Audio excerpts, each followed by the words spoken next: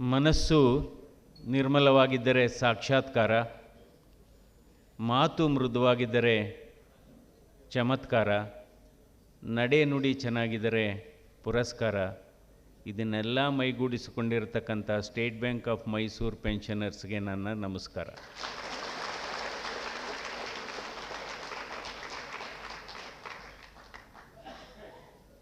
ಅಂದರೆ ಇವತ್ತಾಗಲೇ ಈ ಸಮಾರಂಭ ಬಹಳ ಹೊತ್ತಿನಿಂದ ಸಾಗಿದೆ.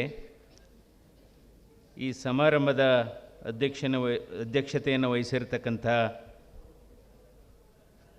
ಹಿರಿಯವರಾದಂಥ KN ಶ್ರೀನಿವಾಸರಾವ್ ಅವರೇ, ನಮ್ಮೆಲ್ಲರನ್ನೂ ಉದ್ದೇಶಿಸಿ ಮಾತನಾಡಿ ಬಹಳ ಅದ್ಭುತವಾಗಿ ಬದುಕಿನ ಅರ್ಥವನ್ನು ತಿಳಿಸಿದಂಥ, ಯಾವ ರೀತಿ ನಾವು ಚಿಂತೆಗಳನ್ನು ದೂರ ಮಾಡ್ಕೋಬೇಕು, ಯಾವ ರೀತಿ ಸಂತೋಷವಾಗಿ ಬದುಕಬೇಕು ಎಂದು ಬದುಕಿನ ಪಾಠವನ್ನು ಹೇಳಿ ನಿರ್ಗಮಿಸಿದಂಥ ಆತ್ಮೀಯರಾದಂಥ ಶ್ರೀ ಸೋಮಶೇಖರ್ ಅವರೇ, ಹಾಗೂ ಇಲ್ಲಿ ನೆರೆದಿರ್ತಕ್ಕಂಥ ಎಲ್ಲ ಗಣ್ಯಾತಿ ಗಣ್ಯರೇ ಮತ್ತು ಅದರಲ್ಲೂ ಕೂಡ state Bank of Mysore pensioners association ಎಲ್ಲ ಸದಸ್ಯರುಗಳಿಗೆ ನನ್ನ ಹೃದಯ ಸ್ಪರ್ಶಿ ಧನ್ಯವಾದಗಳು ಮತ್ತು ನಮಸ್ಕಾರಗಳು. ಒಂದು ವಿಚಾರ ಪ್ರಾರಂಭದಲ್ಲೇ ಹೇಳಬೇಕಾಗತ್ತೆ. ನಮ್ಮೆಲ್ಲ State Bank of Mysore pensioners ಏನಿದ್ದೀರಿ, ನಿಮ್ಮೆಲ್ಲರಿಗೂ ನಿಜವಾಗಿಯೂ ಹೃದಯವಿದೆ, ಹೃದಯವಂತಿಕೆ ಇದೆ, ಮಾನವೀಯತೆ ಇದೆ, ಆತ್ಮಗೌರವ ಇದೆ ಅಂತ ನಾನು ಭಾವಿಸ್ತೇನೆ. ಯಾಕೆ ಭಾವಿಸ್ತೀನಿ ಅಂದರೆ, ನೀವು ಒಂದು ಮನವಿ ಪತ್ರವನ್ನು ನಮಗೆ ಕೊಟ್ಟಿದ್ದೀರಿ. ಆ ಮನವಿ ಪತ್ರದಲ್ಲಿ ಏನು ಹೇಳಿದೆ ಅಂದರೆ, ನಮಗೆ ಹಣ ಬೇಕಿಲ್ಲ, ನಮಗೆ ಆತ್ಮಗೌರವ ಬೇಕು, 6 ತಿಂಗಳಿಗೆ ಒಂದು ಸರಿ ನಮ್ಮ ಸಮಸ್ಯೆಗಳನ್ನು ಕೇಳಬೇಕು, ಅಷ್ಟೇ. ನೋಡಿ, ಇವಾಗ ದುಡ್ಡೇ ಬೇಕು, ಯಾವಾಗಲೂ ದುಡ್ಡೇ ನಮಗೆ ಬಹಳ ಪ್ರಾಮುಖ್ಯ ಅನ್ನೋದು ಅವರು ಶ್ರೀಮಂತರು. ಆದರೆ ನಮಗೆ ಬೇಕಾಗಿರೋದು ಗೌರವ, ಪ್ರೀತಿ, ಒಂದು ನಮ್ಮ ಆಲಿಕೆ. ಅವರು ಹೃದಯ ಶ್ರೀಮಂತರು ಅಂತ ಹೇಳಬೇಕಾಗುತ್ತೆ. ಸೊ ನೀವ್ಯಾರು ದುಡ್ಡಿನ ಶ್ರೀಮಂತರಲ್ಲ, ನೀವೆಲ್ಲ ದುಡ್ಡಿನ ಹೃದಯ ಶ್ರೀಮಂತರು ಅಂತ ಹೇಳಬೇಕಾಗುತ್ತೆ. ಯಾಕೆಂದರೆ ಇವತ್ತು ಸ್ಟೇಟ್ ಬ್ಯಾಂಕ್ ಆಫ್ ಮೈಸೂರು ಏನಿದೆ, ಸ್ಟೇಟ್ ಬ್ಯಾಂಕ್ ಆಫ್ ಮೈಸೂರು ಇವತ್ತು ಸ್ಟೇಟ್ ಬ್ಯಾಂಕ್ ಆಫ್ ಇಂಡಿಯಾ ಜೊತೆ ವಿಲೀನಗೊಂಡಿದ್ದರೂ ಕೂಡ ನಮಗನ್ಸೋದು ಇನ್ನೂ ಸ್ಟೇಟ್ ಬ್ಯಾಂಕ್ ಆಫ್ ಮೈಸೂರು ಜೀವಂತವಾಗಿದೆ, ಸ್ಟೇಟ್ ಬ್ಯಾಂಕ್ ಆಫ್ ಮೈಸೂರು ಇನ್ನೂ ಇದೆ ಅಂತಲೇ ಹೇಳಬೇಕಾಗುತ್ತೆ. ಇವತ್ತು ನಾವು, ಯಾಕೆಂದರೆ ಈ ಬಿಲ್ಡಿಂಗ್ ನೋಡಿದಾಗೆಲ್ಲ ಅದರ ಫಲಕ ಸ್ಟೇಟ್ ಬ್ಯಾಂಕ್ ಆಫ್ ಇಂಡಿಯಾ ಇರ್ಬೋದು, ಆದರೆ ನಾವು ಮನಸ್ಸಲ್ಲಿ ಅದು ಓದೋದನ್ನ ಸ್ಟೇಟ್ ಬ್ಯಾಂಕ್ ಆಫ್ ಮೈಸೂರು ಅಂತಲೇ ಓದ್ತಾ ಇದ್ದೀವಿ, ಸ್ಟೇಟ್ ಬ್ಯಾಂಕ್ ಆಫ್ ಮೈಸೂರು ಅಂತಲೇ ಓದಿದ್ದೀವಿ. ಯಾಕೆಂದರೆ ಇವತ್ತು 2 ದೇವರು ಕಳಿಸಿಕೊಟ್ಟಂಥ ಅದ್ಭುತ ವ್ಯಕ್ತಿಗಳನ್ನು ನಾವು ಇಲ್ಲಿ ಇವತ್ತು ಪುಷ್ಪಾರ್ಚನೆಯನ್ನು ನಾವು ಮಾಡಿದ್ದೇವೆ. ಒಂದು ನಾಲ್ವಡಿ ಕೃಷ್ಣರಾಜ ಒಡೆಯರು, ನಂತರ ಸರ್ ಎಂ ವಿಶ್ವೇಶ್ವರಯ್ಯನವರು, ಭಾರತ ರತ್ನ ಸರ್ ಎಂ ವಿಶ್ವೇಶ್ವರಯ್ಯನವರು. ಅವರ ಬದುಕೇ ಒಂದು ಸಂದೇಶವಾಗಿದೆ, ಅವರ ಬದುಕೇ ಒಂದು ದಾರಿದೀಪವಾಗಿದೆ. ಏಕೆಂದರೆ ಇವತ್ತು ನಾಲ್ವಡಿ ಕೃಷ್ಣರಾಜ ಒಡೆಯವರು ಈ ನಮ್ಮ ಮೈಸೂರು ಕರ್ನಾಟಕ ಅಂತ ಏನಿತ್ತು, ಮೈಸೂರು ರಾಜ್ಯ ಏನಿತ್ತು ಅಂದರೆ, ಅದರ is the virtually the author and architect of old Mysuru, is the virtually author and architect and is the father of modern Mysuru. ಇವತ್ತು ಈ ಭಾಗ ಅಂದರೆ ಒಟ್ಟಾರೆ ಕರ್ನಾಟಕ ಈ ಪ್ರಗತಿಯನ್ನು ಸಾಧಿಸಬೇಕಾದ್ರೆ ಅವರ ಕೊಡುಗೆ ಅದ್ಭುತವಾದದ್ದು. ಅದರ ಜೊತೆಗೆ ವಿಶ್ವೇಶ್ವರಯ್ಯನವರ ಮಾರ್ಗದರ್ಶನ, ವಿಶ್ವೇಶ್ವರಯ್ಯನವರ ಕಾಳಜಿ, ವಿಶ್ವೇಶ್ವರಯ್ಯನವರ ರಾಷ್ಟ್ರಪ್ರೇಮ, ವಿಶ್ವೇಶ್ವರಯ್ಯವರ ಕರ್ತವ್ಯ ಪ್ರಜ್ಞೆ ಇವತ್ತು ಈ ಭಾಗದಲ್ಲಿ ಹೇಳ್ತಾ ಹೋದರೆ ಅದು ಒಂದು ಮೋರ್ ದೆನ್ 2 ಡಜನ್ಸ್ ಇದೆ. ಒಂದು 2 ಡಜನ್ನಷ್ಟು ಹಲವಾರು ಕೆಲಸಗಳನ್ನು ಮಾಡಿದ್ದಾರೆ. ಅಂದರೆ ನಾಲ್ವಡಿ ಕೃಷ್ಣರಾಜ ಒಡೆಯವರವರು ಅರಮನೆಯ ಅರಸರಾಗಿರಲಿಲ್ಲ, ಜನಸಾಮಾನ್ಯರ ಅರಸರಾಗಿದ್ದರು. ಅರಮನೆಯ ಅವರೇನು ಅರಮನೆ, ಈಗ ನೋಡಿ, ಅವರು KRS ಡ್ಯಾಮ್ ಕಟ್ಟಬೇಕಾದ್ರೆ, ಏಕೆಂದರೆ ಇದು ಫೌಂಡರ್ಸ್ ಡೇ ಆಗಿರೋದ್ರಿಂದ ಹೇಳ್ತಾ ಇದ್ದೀನಿ, KRS ಡ್ಯಾಮ್ ಕಟ್ಟಬೇಕಾದ್ರೆ ಹಣ ಇರಲಿಲ್ಲ, ಎಲ್ಲರಿಗೂ ಗೊತ್ತಿದೆ. ಸೊ ಅಲ್ಲಿಗೆ ನಿಂತೋಗಿರುತ್ತಂತೆ. ಆವಾಗ ವಿಶ್ವೇಶ್ವರಯ್ಯನವರು ಸುಮಾರು ಮಹಾರಾಜರ ಜೊತೆ ಮಾತು ಬಿಡ್ತಾರಂತೆ, ಯಾಕೆ ವಿಶ್ವೇಶ್ವರಯ್ಯನವರು ಈಚೆಗೆ ಮಾತಾಡ್ತಾ ಇಲ್ಲ, ಹಾಗೆ ಹೀಗೆ.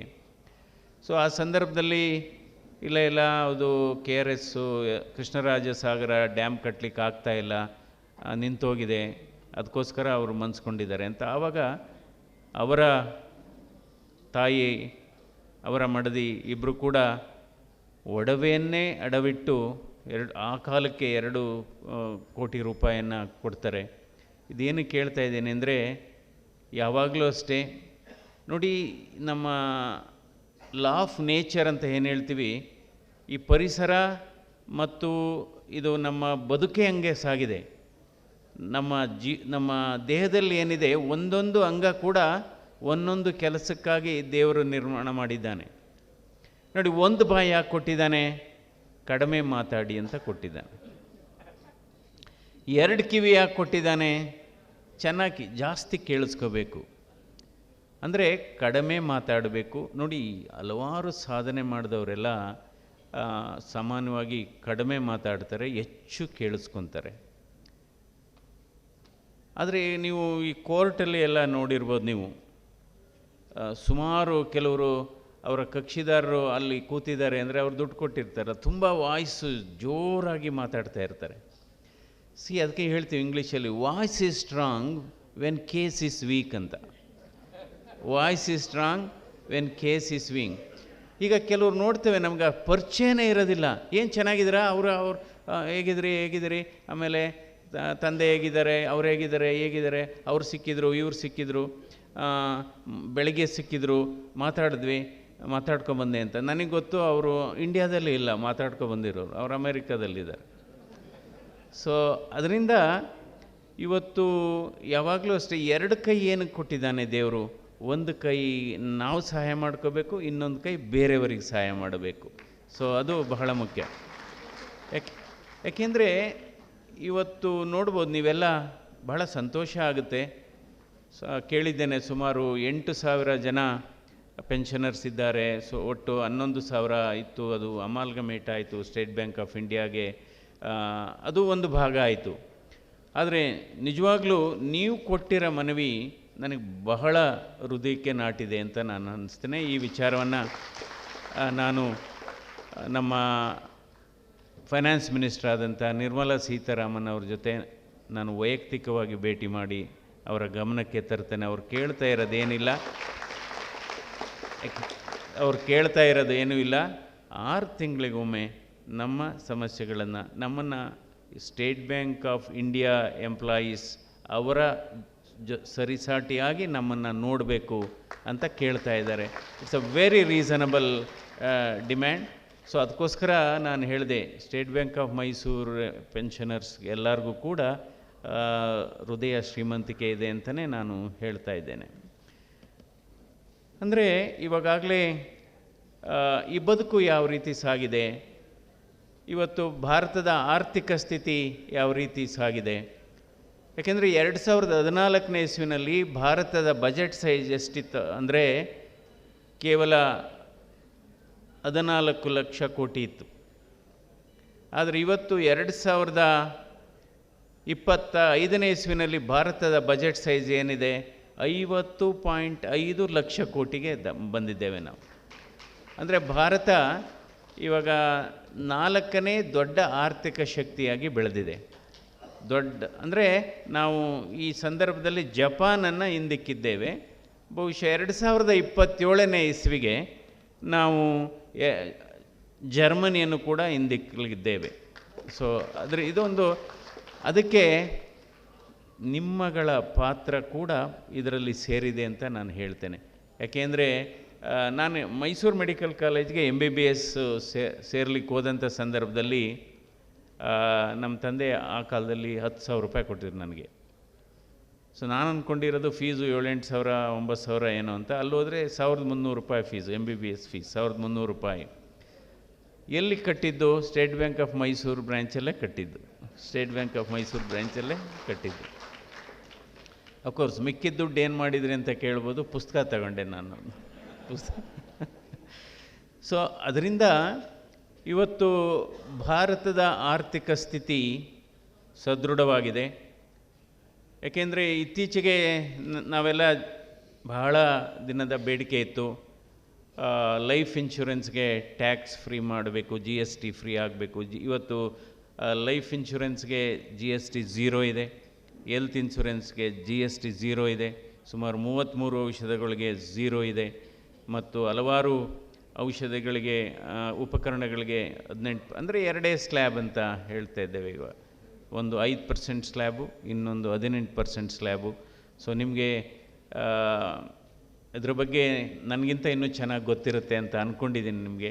ಅಂದರೆ ಇವತ್ತು ಈ ಭಾರತದ ಇವತ್ತು GST ಏನಿದೆ, ಇದರಿಂದ ಇಲ್ಲಿ ನಮ್ಮ ರಾಜ್ಯದಲ್ಲಿ ಹೇಳ್ತಾರೆ ಸುಮಾರು ಇಲ್ಲ ನಮಗೆ 14 ಲಕ್ಷ, ಎಷ್ಟು 14,000 ಕೋಟಿ ಲಾಸ್ ಆಗುತ್ತೆ ಅಂತ. ಲಾಸ್ ಅಲ್ಲ, ನಾವು ಜನರಿಗೆ ಕೊಡತಕ್ಕಂಥ ಕೊಡುಗೆ ಅದು it's not A revenue loss. ನಾವು ನಮ್ಮ ಜನಸಾಮಾನ್ಯರಿಗೆ ಕೊಡತಕ್ಕಂಥ ಒಂದು ಕೊಡುಗೆ, it is A gift. So state Bank of India ಅವ್ರದ್ದು ಒಂದು ಏಜೆನ್ಸಿ ಪ್ರಕಾರ ಇಷ್ಟು GST ನಾವು ರಿಡಕ್ಷನ್ ಮಾಡಿದರೂ ಕೂಡ ಬಹುಶಃ ನಮಗೆ ಎಷ್ಟು ರೆವಿನ್ಯೂ ಲಾಸ್ ಆಗ್ಬೋದು ಅಂದರೆ ಕೇವಲ 48,000 ಕೋಟಿ. ಅಂದರೆ 2022 ಸ್ಟ್ಯಾಟಿಸ್ಟಿಕ್ಸ್ ತೊಗೊಂಡಿದ್ದಾರೆ. ಇವತ್ತೇನಾಗಿದೆ, India is working on volume cum revenue model ಅಂತ. So in fact volume cum revenue ಮಾಡೆಲ್ನ ನಾನು 2007ರಲ್ಲಿ ಜಯದೇವ ಆಸ್ಪತ್ರೆಯಲ್ಲೇ ನಾನು ಇಂಪ್ಲಿಮೆಂಟ್ ಮಾಡಿದ್ದೀನಿ. ಹೇಳ್ತೀನಿ ನಾನು ಏನು ಅಂತ. ಅವಾಗೆಲ್ಲ ಆ್ಯಂಜಿಯೋಗ್ರಾಮ್ಗೆ ನಾನು ಡೈರೆಕ್ಟರ್ ಆಗಿದ್ದು 2006ನೇ ಇಸ್ವಿನಲ್ಲಿ ₹5,000 ಇತ್ತು. ಆ್ಯಂಜಿಯೋಪ್ಲಾಸ್ಟಿಗೆ ಎಷ್ಟು? ₹60,000 ಇತ್ತು. ನಾನೇನು ಮಾಡಿದೆ, 5,000 ಇರೋದನ್ನ 3,000 ಇಳಿಸೋಣ, ಫೈನಾನ್ಸ್ ಡಿಪಾರ್ಟ್ಮೆಂಟ್ ಜೊತೆ ನಂದು ಡಿಸ್ಕಷನ್ನು. ನಂತರ ಆ್ಯಂಜಿಯೋಪ್ಲಾಸ್ಟಿ 60,000 ಇರೋದನ್ನ 50,000 10,000 ಇಳಿಸೋಣ.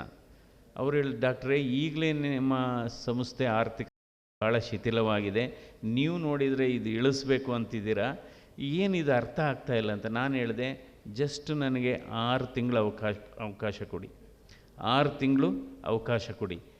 ಆವಾಗ ಏನಾಯಿತು, ಕಡಿಮೆ ದರದಲ್ಲಿ ನಾವೇನು ಮಾಡಿದ್ವಿ, ಹೆಚ್ಚು ಕ್ವಾಲಿಟಿ ಸರ್ವೀಸಸ್ನ, ಗುಣಮಟ್ಟದ ಚಿಕಿತ್ಸೆಯನ್ನು ನಾವು ಜಾಸ್ತಿ ಮಾಡ್ತಾ ಹೋದ್ವಿ, ಕಡಿಮೆ ದರ ಮಾಡಿದ್ವಿ. ಆವಾಗ ಹೆಚ್ಚು ರೋಗಿಗಳು ಬರಲಿಕ್ಕೆ ಶುರು ಮಾಡಿದರು. ಸೊ ಆಗ ನಮ್ಮ ವಾಲ್ಯೂಮ್ ಜಾಸ್ತಿ ಆಗಿರೋದ್ರಿಂದ ಟರ್ನ್ ಓವರ್ ಜಾಸ್ತಿ ಆಯಿತು. I will just give another example. ಈಗ ಒಂದು ಏರ್ಕ್ರಾಫ್ಟ್ ಇದೆ, ಏರೋಪ್ಲೇನ್ ಇದೆ, 250 ಸೀಟ್ ಇದೆ. ಅದರಲ್ಲಿ ನೀವು ತುಂಬ ಹೈ ಕಾಸ್ಟಲ್ಲಿ ಬರೀ 25 ಜನ ಕರ್ಕೊಂಡು ಹೋಗ್ತೀರಾ. ಅಷ್ಟೇ ಏರ್ ಹೋಸ್ಟೆಸ್ ಇರಬೇಕಾ? ಅಷ್ಟೇ ಫ್ಯೂಯಲ್ ಹಾಕಬೇಕಾ? ಅಷ್ಟೇ ಪೈಲಟ್. ಅದೇ ನೀವು 250 ಫುಲ್ ಹೋದರೆ ಅರ್ಧ ಚಾರ್ಜಿಗೆ ಕರ್ಕೊಂಡೋದ್ರೂ ನಿಮ್ಮ ಟರ್ನ್ ಓವರ್ ಜಾಸ್ತಿ ಆಗುತ್ತೆ. So today GST concept is on volume cum revenue model. So ಇದು ಬಹಳ ಮುಖ್ಯವಾದದ್ದು. ಇವತ್ತು ಎಲ್ಲ ಶಾಲೆಗಳ ಮಕ್ಕಳಿಗೆ ಕೂಡ ಇದಾಗಿದೆ. ಸೊ ಇವತ್ತೇನಾಗಿದೆ, ಈ ವಾಲ್ಯೂಮ್ ಕಮ್ ರೆವಿನ್ಯೂ ಮಾಡೆಲ್ ಇರೋದ್ರಿಂದ ಈಗ ನಮ್ಮ ರಾಜ್ಯದಲ್ಲಿ ಏನು ಹೇಳ್ತಾರೆ, 14,000 ಕೋಟಿ ಅಂತ. State Bank of India research unit ಏನು ಹೇಳುತ್ತೆ, 48,000 ಕೋಟಿ ಮಾತ್ರ ನಮಗೆ ರೆವಿನ್ಯೂ ಲಾಸ್ ಆಗ್ಬೋದು ಇದರಿಂದ ಅಂತ. ಆದರೆ ಈ ವಾಲ್ಯೂಮ್ ಕಮ್ ರೆವಿನ್ಯೂ ಮಾಡಲು ಅಂದರೆ ಈಗ ಆಲ್ರೆಡಿ ಪರ್ಚೇಸಸ್ ಜಾಸ್ತಿ ಆಗ್ತದೆ. ಇವತ್ತೇನಾಗಿದೆ, ಜನರಿಗೆ ಈಗ ನಿಮಗೆ income tax exemption up to 12 lakhs ಬಂತು ಇವಾಗ. ಅದರಿಂದ ಭಾರತ ಸರ್ಕಾರಕ್ಕೆ ರೆವಿನ್ಯೂ ಲಾಸ್ ಎಷ್ಟು? 1,00,000 ಕೋಟಿ. 1,00,000 ಕೋಟಿ. ಸೊ ಆ 1,00,000 ಕೋಟಿ ಲಾಸ್ ಅಂದ್ರೂ ಅದು ಜನರ ಕೈಗೆ ಹೊರಟೋಯ್ತು, ಅದು ಸರ್ಕ್ಯುಲೇಷನ್ಗೆ ಹೊರಟೋಯ್ತು, ತಿರ್ಗಾ ಸರ್ಕಾರಕ್ಕೆ ವಾಪಸ್ ಬಂತು. ಸೊ ಅದರಿಂದ ಇವತ್ತು ನಮ್ಮ ಬ್ಯಾಂಕಿನ ವ್ಯವಸ್ಥೆ ಆಗ್ಬೋದು ಅಥವಾ ಆರ್ಥಿಕ ವ್ಯವಸ್ಥೆ ಆಗ್ಬೋದು, ಅದು ನಿಜವಾಗ್ಲೂ ಅದ್ಭುತವಾಗಿ ಆಗಿದೆ. ಸೊ ನಾನು ಈ ವಾಲ್ಯೂಮ್ ಕಮ್ ರೆವಿನ್ಯೂ ಮಾಡಿದ ಮೇಲೆ ಅಲ್ಲಿ ತನಕ ಜಯದೇವ ಹೃದ್ರೋಗ ಸಂಸ್ಥೆಯ balance sheet more expenditure over income ಇತ್ತು. ಏನು ಹೇಳಿ, ಮೋರ್ ಎಕ್ಸ್ಪೆಂಡಿಚರ್ ಓವರ್ ಇನ್ಕಮ್. ಇದು ಮಾಡಿದ ಮೇಲೆ ನನ್ನ 18 ವರ್ಷದ ಅವಧಿಯಲ್ಲಿ ಒಂದೇ ಒಂದು ವರ್ಷ ಕೂಡ ನಾವು ಹಿಂದೆ ಬಿಡಲಿಲ್ಲ. It was excess of income over expenditure. So ಆ ಕಾನ್ಸೆಪ್ಟಲ್ಲಿ ಇದು ಯೋಚನೆ ಮಾಡಬೇಕಾಗುತ್ತೆ. ಈಗ ಸ್ಟೇಟ್ ಬ್ಯಾಂಕ್ ಆಫ್ ಇಂಡಿಯಾ ಹೇಳ್ತಿದ್ರೆ ಈ ವಾಲ್ಯೂಮ್ ಜಾಸ್ತಿ ಆಗಿದೆ, ಪರ್ಚೇಸ್ ಜಾಸ್ತಿ ಆಗಿದೆ, ಗ್ರಾಹಕರು ಹೆಚ್ಚು ಖರೀದಿ ಮಾಡ್ತಾ ಇದ್ದಾರೆ, ಇದರಿಂದ ರೆವಿನ್ಯೂ ಲಾಸ್ 48,000 ಕೋಟಿ ಅಂತ ಏನಾಗಿತ್ತು, ಈಗ 3,700 ಕೋಟಿ ಬರ್ಬೋದು ಅಂತ ಅಷ್ಟೆ. ಸೊ ಎನಿವೆ, ಸೊ ಹೀಗಾಗಿ ಇವತ್ತು ಈ ಬ್ಯಾಲೆನ್ಸ್ ಶೀಟ್ ಯಾಕೆ ವಿಚಾರ ಅಂದರೆ, ಇವತ್ತು ನೀವೆಲ್ಲ ಇಷ್ಟು ದೊಡ್ಡ ಸಂಖ್ಯೆಯಲ್ಲಿ ಕೂತಿದ್ದೀರಿ ಅಂದರೆ ನಿಮ್ಮ ಆರೋಗ್ಯ ನಿಜವಾಗ್ಲೂ ಬ್ಯಾಂಕ್, ಈಗ ನೀವೆಲ್ಲ ಇದ್ದಾಗ State Bank of Mysore balance sheet ಕೂಡ ತುಂಬ ಅದ್ಭುತವಾಗಿತ್ತು. ನಿಮ್ಮ ಬದುಕಿನ ಬ್ಯಾಲೆನ್ಸ್ ಶೀಟು, ನಿಮ್ಮ ಲೈಫ್ ಸ್ಪ್ಯಾನ್ ಬ್ಯಾಲೆನ್ಸ್ ಶೀಟು ಚೆನ್ನಾಗಿದೆ ಅಂತಲೇ ಹೇಳಬೇಕಾಗುತ್ತೆ. ಯಾಕೆಂದರೆ ಇಷ್ಟು ಜನ ನಾವು ನಿವೃತ್ತರನ್ನು ಅಟ್ಲೀಸ್ಟು ಎಲ್ಲರೂ ಕೂಡ ತುಂಬ ಆರೋಗ್ಯವಂತರಾಗಿ ಕಾಣ್ತಾ ಇದ್ದಾರೆ. ನನಗೆ ದೈಹಿಕ ಆರೋಗ್ಯನೂ ಚೆನ್ನಾಗಿದೆ, ನಿಮಗೆ ಮಾನಸಿಕ ಆರೋಗ್ಯನೂ ಚೆನ್ನಾಗಿದೆ, ಹಾಗೆ ಸಾಮಾಜಿಕ ಆರೋಗ್ಯ ಕೂಡ ಚೆನ್ನಾಗಿದೆ. ಇವತ್ತು ಇದೇನಕ್ಕೆ ಹೇಳ್ತಾ ಇದ್ದೀನಿ ಅಂದರೆ, ಈಗಿನ ಕಾಲದಲ್ಲಿ ಕೆಲವರು ಇದೆ ಈಗಲೂ. ನಾವು ಹೇಳೋದು ಕೇವಲ ಇಲ್ಲಿಟ್ರೇಟ್ಸು ಮಾತ್ರ ಜಗಳಾಡ್ತಾರೆ ಆಸ್ತಿ ವಿಚಾರಕ್ಕೆ ಅಂತ ನಾವಂತಿದ್ದು. ಹಳ್ಳಿಗಳಲ್ಲಿ ಈಗ ನಾನು ಸುಮಾರು ಮನವಿ ಕೊಡ್ಲಿಕ್ಕೆ ಬರ್ತಾರೆ ಜನ. ಜಾಸ್ತಿ ಮನವಿದು ಅಂದರೆ ಫ್ಯಾಮಿಲಿ ಡಿಸ್ಪ್ಯೂಟ್ಸೇ. ತಮ್ಮ ಅಣ್ಣನ ಜಮೀನಿಗೆ ದಾರಿ ಬಿಡಲ್ಲ, ಅಣ್ಣ ತಮ್ಮನ ಜಮೀನಿಗೆ ದಾರಿ ಬಿಡಲ್ಲ. ಸೊ ಈ ರೀತಿ.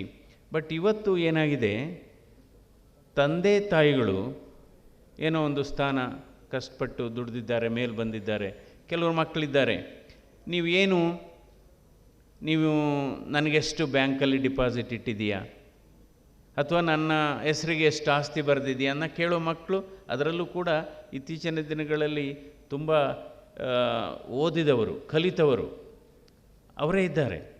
ನನ್ನ ಅರ್ಥದಲ್ಲಿ ತಂದೆ ತಾಯಿಗಳು ಒಂದು 75-80 ವರ್ಷ ಚೆನ್ನಾಗಿ ಆರೋಗ್ಯವಾಗಿ ಬದುಕಿದರೆ, that is the best genetic balance sheet they are passing on to their children.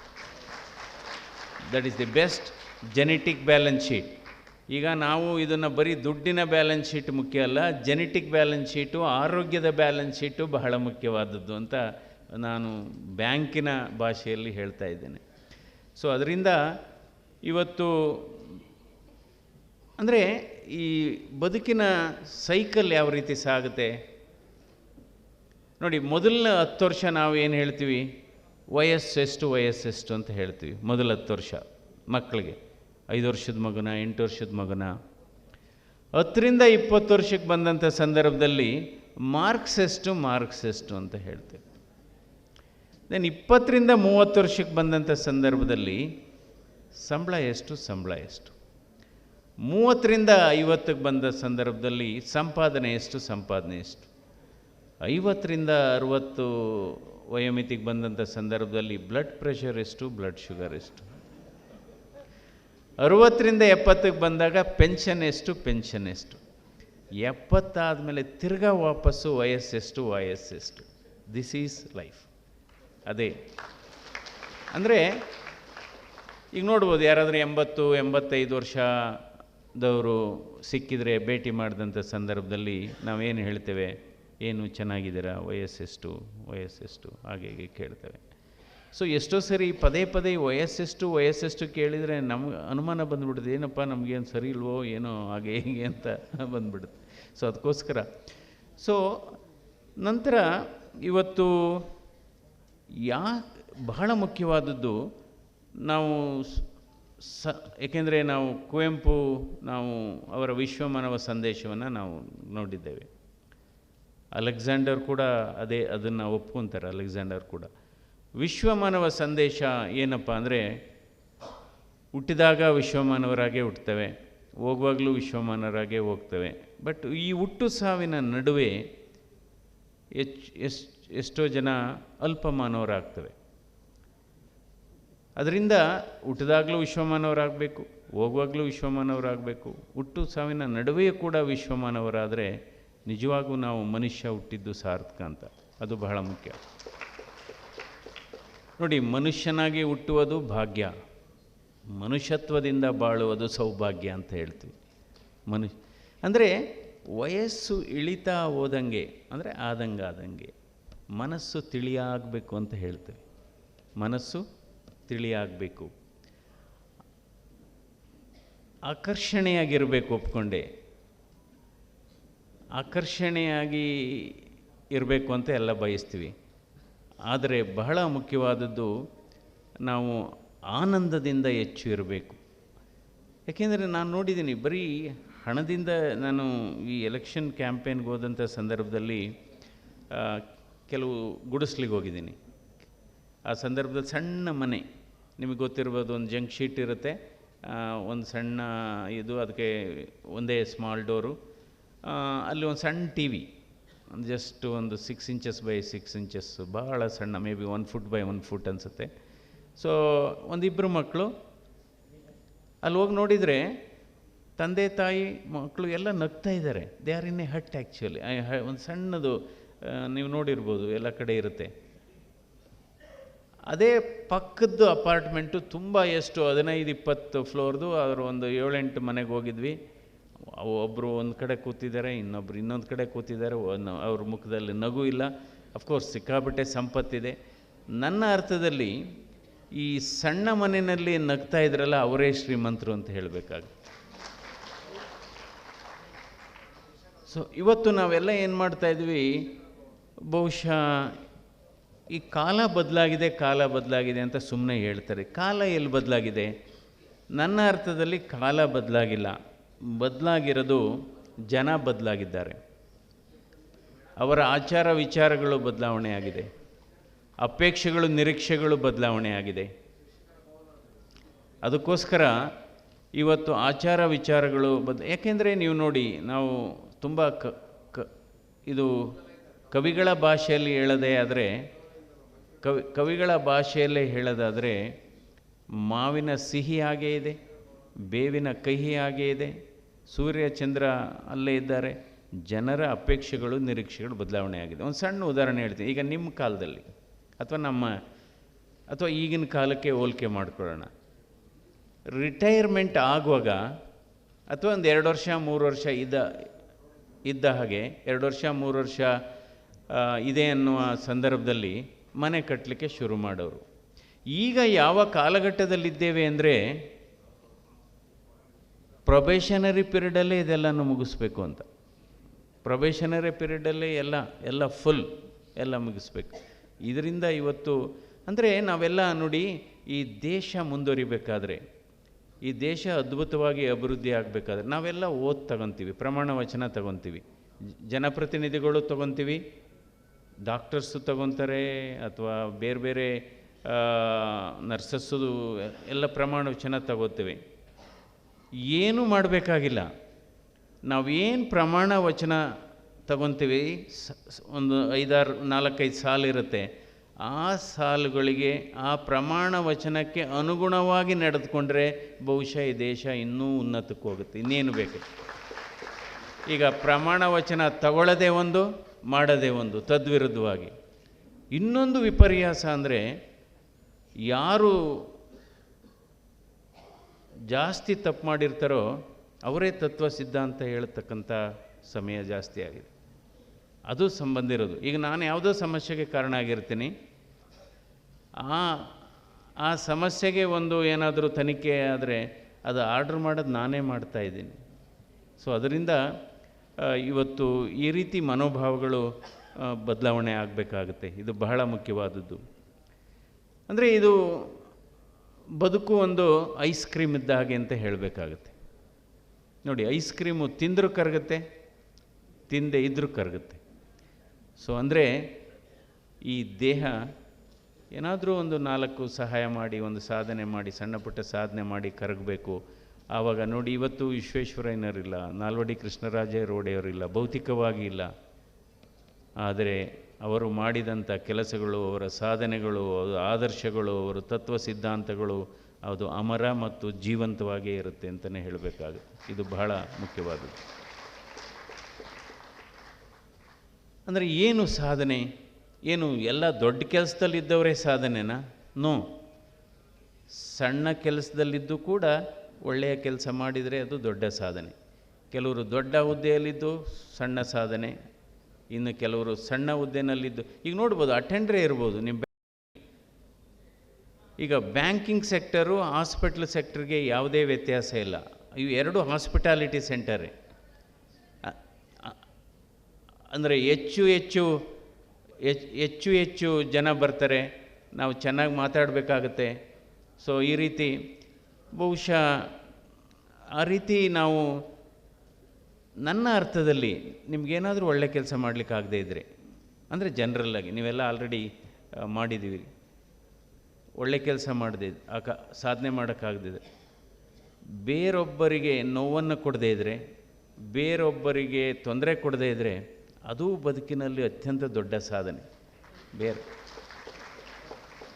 ಅಂದರೆ ಬದುಕಿನಲ್ಲಿ ಬಹಳ ಮುಖ್ಯವಾದದ್ದು ಸಕಾರಾತ್ಮಕ ಭಾವನೆಗಳಿರಬೇಕಾಗುತ್ತೆ, ಪಾಸಿಟಿವ್ ಆ್ಯಟಿಟ್ಯೂಡ್ ಇರಬೇಕಾಗುತ್ತೆ. ಈಗ ಕೆಲವರು ಇರ್ತಾರೆ, ನಾನು ಬಹಳ ಸ್ಟ್ರಿಕ್ಟು ಅಂತ. ಈಗ ನೀವು ಕೇಳಿ, ಈಗ ನಾವು ಕೆಲಸಕ್ಕೆ ಸೇರುವಾಗ ಮತ್ತು ಕೆಲಸದಿಂದ ನಿರ್ಗಮನ ಮಾಡುವಾಗ ನಿಮಗೆ ಯಾವ ರೀತಿ ಒಂದು ಬೀಳ್ಕೊಡುಗೆ ಆಗುತ್ತೆ, ಪ್ರೀತಿಯ ಬೀಳ್ಕೊಡುಗೆ ಆಗುತ್ತೆ. ಅದಕ್ಕೆ ಹೇಳ್ತೀವಿ, the favourable entry is not important, favourable exit is important ಅಂತ ಹೇಳ್ತೀವಿ. ನಿವೃತ್ತಿ ಆದಮೇಲೆ ಅದೇ ಸಮಾಜ ಅಥವಾ ನಿವೃತ್ತಿ ಆದಮೇಲೆ ಅದೇ ಸಂಘಟನೆ ಅದೇ ಒಂದು ಸಂಸ್ಥೆ ಅವರನ್ನು ಗೌರವಿಸುತ್ತೆ. ಅಂದರೆ ಅವರು ಕೆಲಸದಲ್ಲಿದ್ದಂಥ ಸಂದರ್ಭದಲ್ಲಿ ಒಳ್ಳೆ ಕೆಲಸ ಮಾಡಿದ್ದಾರೆ ಅಂತ, ಅದೇ ಬೆಸ್ಟ್ ಸರ್ಟಿಫಿಕೇಟ್. ನಿವೃತ್ತಿ ಆದಮೇಲೆ ನಿಮಗೆ ಸಮಾಜ ಗೌರವಿಸುತ್ತೆ ಅಂದರೆ, ಅಥವಾ ನಿಮ್ಮ ಸಂಸ್ಥೆ ಗೌರವಿಸುತ್ತೆ ಅಂದರೆ, ನಾವು ಆ ಸಂದರ್ಭದಲ್ಲಿ ಒಳ್ಳೆ ಕೆಲಸ ಮಾಡಿದ್ದೀವಿ ಅಂತ. ಇನ್ನು ಕೆಲವರು ಹೇಳ್ತಾರೆ ನನಗೆ, ನಿವೃತ್ತಿ ದಿನ ಫೇರ್ವೆಲ್ ಪಾರ್ಟಿ ಅಂತ ಇಟ್ಕೊಂಡಿರ್ತಾರೆ. ಮುಂದೆ ಬರೋರು ಈ ಕೆಲಸಗಳನ್ನು ಮಾಡಬೇಕು, ಅವರೇ ಮಾಡ್ಬೋದಾಗಿತ್ತು. ಇವತ್ತು ನಮ್ಮ ದೇಶದಲ್ಲಿ ಏನಾಗಿದೆ, ಸಲಹೆ ಅಂದರೆ ಒಬ್ಬರು ಸಲಹೆ ಕೇಳಿದರೆ 1000 ಜನ ಸಲಹೆ ಕೊಡಲಿಕ್ಕೆ ರೆಡಿಯಾಗಿರ್ತಾರೆ. ಸಹಾಯ ಮಾಡಲಿಕ್ಕೆ ಕೇಳಿದರೆ 1000 ಜನಕ್ಕೆ ಕೇಳಿದರೆ ಒಬ್ಬರೇ ಕೊಡೋದು. ನಾವು ಹಲವಾರು ಬಾರಿ ನೋಡಿದ್ದೇನೆ. ಕೆಲವರೆಲ್ಲ ಪೇಷಂಟ್ಸ್ ಕಡೆಯವರು ಬಂದು, ಇಲ್ಲ ಅವರು ತುಂಬ ಕಡು ಬಡವರು, ಅವರಿಗೆ ಡಿಸ್ಕೌಂಟ್ ಕೊಡಬೇಕು, ಹಾಗೆ ಹೀಗೆ ರಿಯಾಯಿತಿ ಕೊಡಬೇಕು, ಹಾಗೆ ಹೀಗೆ ಅಂತ. ಆಯಿತು, ರಿಯಾಯಿತಿ ಕೊಡ್ತೇವೆ, ನೀವೊಂದು ಅಂದರೆ ಒಂದು ಪಿಂಟ್ ಆಫ್ ಬ್ಲಡ್ ಕೊಡ್ಲಿಕ್ಕೆ ಸಾಧ್ಯವ ಅಂತ. ಸೊ ಇನ್ನು ಕಾಣೋದೇ ಇಲ್ಲ ಅವ್ರು ನಮ್ಮ ಮುಂದೆ ಅವರು. ಸೊ ಅದರಿಂದ ಹೇಳೋದು ಬಹಳ ಸುಲಭ. ಆ್ಯಕ್ಚುಲಿ ಸಹಾಯ ಮಾಡಬೇಕು. ನಾವು ಹೆಚ್ಚು ದಿನ ಬದುಕಬೇಕಾದ್ರೆ ಬೇರೆಯವ್ರಿಗೆ ತೊಂದರೆ ಕೊಡದೇ ಇದ್ದರೆ, ಬೇರೆಯವ್ರ ಬಗ್ಗೆ ನಾವು ಬೆನ್ನ ಹಿಂದೆ ಕೆಟ್ಟ ಮಾತುಗಳನ್ನು ಆಡದೇ ಇದ್ದರೆ ಬಹಳ ಹೆಚ್ಚು ಜನ ನಾವು ಬದುಕ್ಬೋದು. ಯಾರು ಉತ್ತಮವಾದಂಥ, ಅದಕ್ಕೆ ಹೇಳ್ತೀವಿ ಇವತ್ತು ಲೈಫ್ ಸ್ಪ್ಯಾನ್ ಬಗ್ಗೆ ಮಾತಾಡೋದಾದರೆ, ಏಕೆಂದರೆ ನಾವೆಲ್ಲ ಪೆನ್ಷನರ್ಸೇ ಆ ಏಜ್ ಗ್ರೂಪಲ್ಲೇ ಇರೋದ್ರಿಂದ ಹೇಳ್ತೀನಿ ನಾನು. ಸೊ ಇವತ್ತು ನಮಗೆ ಸ್ವತಂತ್ರ ಬಂದಂಥ ಸಂದರ್ಭದಲ್ಲಿ ನಮ್ಮ ಲೈಫ್ ಸ್ಪ್ಯಾನು 32 ವರ್ಷ ಆಯಿತು. ಇವತ್ತು ಹೆಚ್ಚು ಕಡಿಮೆ 73ಕ್ಕೆ ಹೋಗಿದೆ. ಇವತ್ತು 72 ಮತ್ತು 70 ಆ್ಯಾವ್ರೇಜ್ ಲೈಫ್ ಸ್ಪ್ಯಾನ್. ಅಂದರೆ ಏನಾಗಿದೆ, ಈಗ ದಕ್ಷಿಣ ಭಾರತದಲ್ಲಿ ತಮಿಳುನಾಡಲ್ಲಿ 74 ಇದೆ, ಕರ್ನಾಟಕದಲ್ಲಿ 73 ಇದೆ, ಕೇರಳದಲ್ಲಿ 75 ಇದೆ, ಅಂದರೆ ಬೋನರ್ಲೆಸ್ ಇದೆ. ಅದೇ ಉತ್ತರ ಭಾರತದಲ್ಲಿ ಸ್ವಲ್ಪ ಕಡಿಮೆ ಇದೆ, 69 70 ಇದೆ. ಸೊ ಅದರಿಂದ ಇವತ್ತು ಸೀನಿಯರ್ ಸಿಟಿಜನ್ ಅನ್ನೋ ಡೆಫಿನೇಷನ್ ಬದಲಾವಣೆ ಆಗಬೇಕು ಅಂತ ನನ್ನ ಭಾವನೆ. ಈಗ 60 ವರ್ಷ ಆದಮೇಲೆ ಹಿರಿಯ ಪ್ರಜೆಗಳು ಅಂತ ನಾವು ಕರಿತಾ ಇದ್ದೀವಿ. ಇವಾಗ ಈ ಲೈಫ್ ಸ್ಪ್ಯಾನ್ ಜಾಸ್ತಿ ಆಗಿರೋದ್ರಿಂದ ನನ್ನ ಅರ್ಥದಲ್ಲಿ ಅದಕ್ಕೋಸ್ಕರ 65ರಿಂದ 75 ವಯೋಮಿತಿಯರನ್ನ ಏನಂತ ಕರಿಬೇಕು ಅಂದರೆ ಯಂಗ್ ಓಲ್ಡ್ ಅಂತ ಕರಿಬೇಕು. So majority are young old. 75ರಿಂದ 85 ವಯೋಮಿತಿಯಲ್ಲಿರೋರನ್ನ ಓಲ್ಡ್ ಅಂತ ಕರಿಬೇಕು. ಮೋರ್ ದೆನ್ 85 ಇರೋರನ್ನ ಗ್ರ್ಯಾಂಡ್ ಓಲ್ಡ್ ಅಂತ. ಈಗ ಬದಲಾವಣೆ ಆಗಬೇಕಾಗಿದೆ. 60 ವರ್ಷ ಇವಾಗ ಆಯಿತು. ಇವತ್ತು ಅದರ ಮೇಲೆ ಏನೇನೋ ಕೆಲವು ಸವಲತ್ತುಗಳನ್ನು ಪಡಿತಾ ಇದ್ದಾರೆ. 60 ವರ್ಷಕ್ಕೆ ಫ್ರೀ ಇದು, 60 ವರ್ಷಕ್ಕೆ ಎಲ್ಲ ಉಚಿತವಾದದ್ದು, ಹಾಗೆ ಹೀಗೆ. ಸೊ ಇವಾಗ ಈ ರೀತಿ ನಿವೃತ್ತಿಯ ವಯಸ್ಸುಗಳನ್ನು ಕೂಡ ಆಲ್ಟ್ರ್ ಮಾಡಬೇಕಾಗತ್ತೆ, ಆವಾಗ ಅನುಕೂಲ ಆಗುತ್ತೆ ಅಂತ ನನ್ನ ಭಾವನೆ. ಮತ್ತು ಇವತ್ತು ಯಾವ ರೀತಿ ಬದುಕು ಸಾಗಿದೆ ಅದರ ಬಗ್ಗೆ ಈಗಾಗಲೇ ಹೇಳಿದ್ದಾರೆ. ಇವತ್ತು ಭಾರತ ದೇಶದಲ್ಲಿ ದುಡಿದು ಸತ್ತವರಿಗಿಂತ ಚಿಂತೆ ಮಾಡಿ ಸಾಯುವವರ ಸಂಖ್ಯೆನೇ ಜಾಸ್ತಿ ಆಗಿದೆ.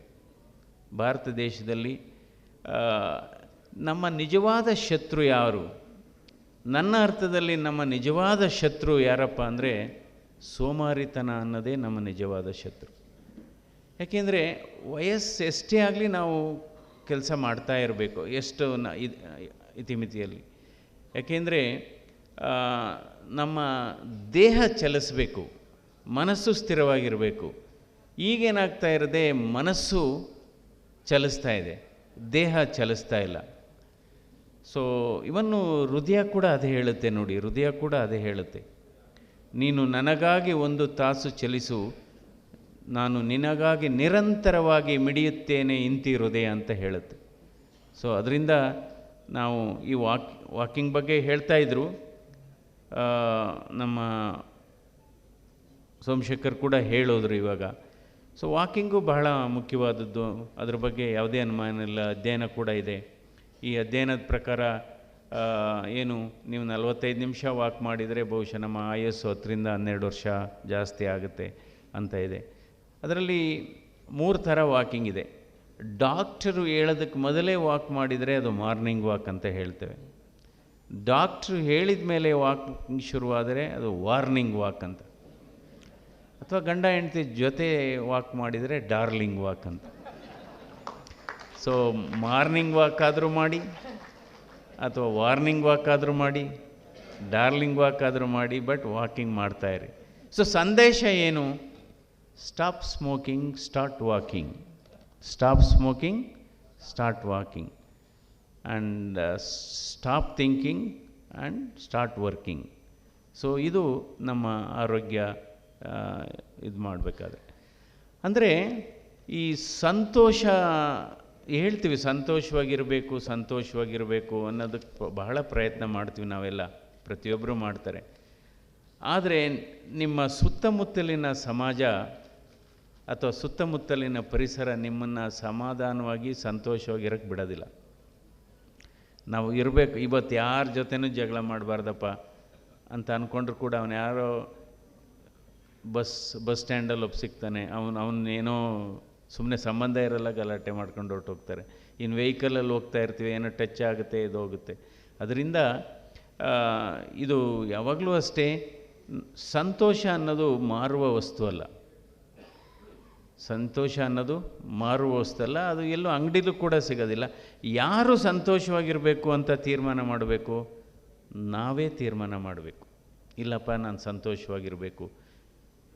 ಬಟ್ ಹೆಚ್ಚು ಜನ ಸಂತೋಷವಾಗಿ ಯಾಕಿಲ್ಲ ಅಂದರೆ ಬೇರೆಯವ್ರು ಸಂತೋಷವಾಗಿದ್ದಾರಲ್ಲ ಅಂದ್ಬಿಟ್ಟು ಇವ್ರು ಸಂತೋಷವಾಗಿಲ್ಲ. ನಂತರ ಯಾವಾಗ ಇದೆಲ್ಲ ಬರುತ್ತೆ ಅಂದರೆ ಹೋಲಿಕೆಗೆ, ಕಂಪ್ಯಾರಿಸನ್. ನಾವು ಹೋಲಿಕೆ ಮಾಡ್ಕೊಳಕ್ಕೆ ಹೋಗಬಾರ್ದು. ಸೊ ನಮ್ಮನ್ನು ನಾವು ಹೋಲಿಕೆ ಮಾಡ್ಕೋಬೇಕೇ ಹೊರತು ನಾವೇನು ಮಾಡ್ತೀವಿ, ನಮ್ಮ ಹತ್ರ ಏನಿದೆ, ಸುಮಾರು ಕೊಟ್ಟಿದ್ದಾನೆ ದೇವರು, ಏನೋ ಕೊಟ್ಟಿದ್ದಾನೆ, ಪ್ರತಿಯೊಬ್ಬರಿಗೂ ಒಂದೊಂದು ಕೊಟ್ಟಿರ್ತಾನೆ. ಅದು ನಮಗೆ ನಮ್ಮ ಹತ್ರ ಏನಿದೆ ಅದನ್ನು ಖುಷಿ ಪಡಲ್ಲ, ಇಲ್ಲದ್ರ ಬಗ್ಗೆ ನಾವು ಚಿಂತೆ ಮಾಡಿ ಸಮಸ್ಯೆಗೆ ಎರಗಾಗ್ತೇವೆ. ಸೊ ಅದರಿಂದ ಈ ನಾವು ಹೋಲಿಕೆ ಮಾಡ್ಕೊಳ್ಳೋದೇ ಆದರೆ, ನೋಡಪ್ಪ ಅವ್ರು ತುಂಬ ಸಿಂಪಲ್ಲು, ಅದಕ್ಕೆ ಹೋಲಿಕೆ ಮಾಡ್ಕೊಳ್ಳಿ. ನೋಡಪ್ಪ ಅವ್ರು ತುಂಬ ಅಷ್ಟು ದೊಡ್ಡ ಸ್ಥಾನದಲ್ಲಿದ್ದರೂ ಬಹಳ ಸರಳತೆ ಇದೆ, ಆಯಿತು ಹೋಲಿಕೆ ಮಾಡ್ಕೊಳ್ಳಿ. ನೋಡಿ ತುಂಬ ದೊಡ್ಡ ಸ್ಥಾನದಲ್ಲಿದ್ದರೂ ಚೆನ್ನಾಗಿ ಮಾತಾಡಿಸ್ತಾರೆ, ಒಳ್ಳೆ ಅದು ಹೋಲಿಕೆ ಮಾಡ್ಕೊಳ್ಳಿ. ಸೊ ನಾವು ಹೋಲಿಕೆ ಮಾಡ್ಕೊಳ್ಳೋದೇ ಆದರೆ ಬೇರೆಯವರ ಸರಳತೆಗೆ ಹೋಲಿಕೆ ಮಾಡ್ಕೋಬೇಕು, ಬೇರೆಯವರ ಸಾಧನೆಗೆ ಸಾಧನೆ ಮಾಡೋದಕ್ಕೆ ಹೋಲಿಕೆ ಮಾಡ್ಕೊಳ್ಳಿ. ಇಲ್ಲ ಈಗ ಅಂದರೆ ಕೆಲವು ವಿಚಾರಗಳನ್ನು ತುಂಬ ಹೇಳಲಿಕ್ಕೆ ನಾನು ಬರೀ ಡಾಕ್ಟ್ರಾದರೆ ಹೇಳ್ಬಿಡ್ತಾ ಇದ್ದೆ. ನಾನು ಬರೀ ಕಾರ್ಡಿಯಾಲಜಿಸ್ಟ್ ಆಗಿದ್ದರೆ ಹೇಳ್ಬಿಡ್ತಾ ಇದ್ದೆ, ಈಗ ಸಂಸದನಾಗಿರೋದ್ರಿಂದ ಅದು ಎಲ್ಲೆಲ್ಲೋ ಹೋಗ್ಬಿಡುತ್ತೆ. ಸೊ ಅಂದರೆ ಇವತ್ತು ಸತ್ಯಕ್ಕೆ ಸಾಕ್ಷಿ ಕೇಳುವ ಕಾಲದಲ್ಲಿದ್ದೇವೆ. ಸತ್ಯಕ್ಕೆ ಸಾಕ್ಷಿ, ಸುಳ್ಳಿಗೆ ಸಾಕ್ಷಿ ಇಲ್ಲ ಇವತ್ತು. ಅಂದರೆ ಇವತ್ತು ನೋಡ್ಬೋದು ಎಲ್ಲ ಈ ನಿಜ, ಭೂಮಿ ಮೇಲೆ ನಿಜ ಸ್ವರೂಪ ಬಹಳ ವಿರಳ. ಆದರೆ ಈ ಮುಸುಕಿನ ವ್ಯಕ್ತಿಗಳು ಬಹಳ. ಸೊ ಅದರಿಂದ ಯಾರು ನಿಮಗೆ ಉತ್ತಮ ಅಂದರೆ health and good friends R great assets as we age. Health and friends ಅಂದರೆ ಯಾರ್ಯಾರಿಗೆ ಉತ್ತಮವಾದಂಥ ಸ್ನೇಹಿತರುಗಳಿರ್ತಾರೆ ಅವರ ಆಯಸ್ಸು ಸುಮಾರು 6ರಿಂದ 10 ವರ್ಷ ಜಾಸ್ತಿ ಆಗುತ್ತೆ. ಉತ್ತಮವಾದ ಗೆಳೆಯರ ಬಳಗ, ಒಂದು ಗೆಳೆಯರ ಬಳಗ ಒಂದು ಪುಸ್ತಕ ಭಂಡಾರ ಅಂತ ಹೇಳ್ತೀವಿ. ಗೆಳೆಯರ ಬಳಗ ಉತ್ತಮವಾದಂಥ ಒಂದು ಭಂಡಾರ. ಅದಕ್ಕೆ ಹೇಳೋದು ನಾವು, I think nobody is busy, it's all about priorities.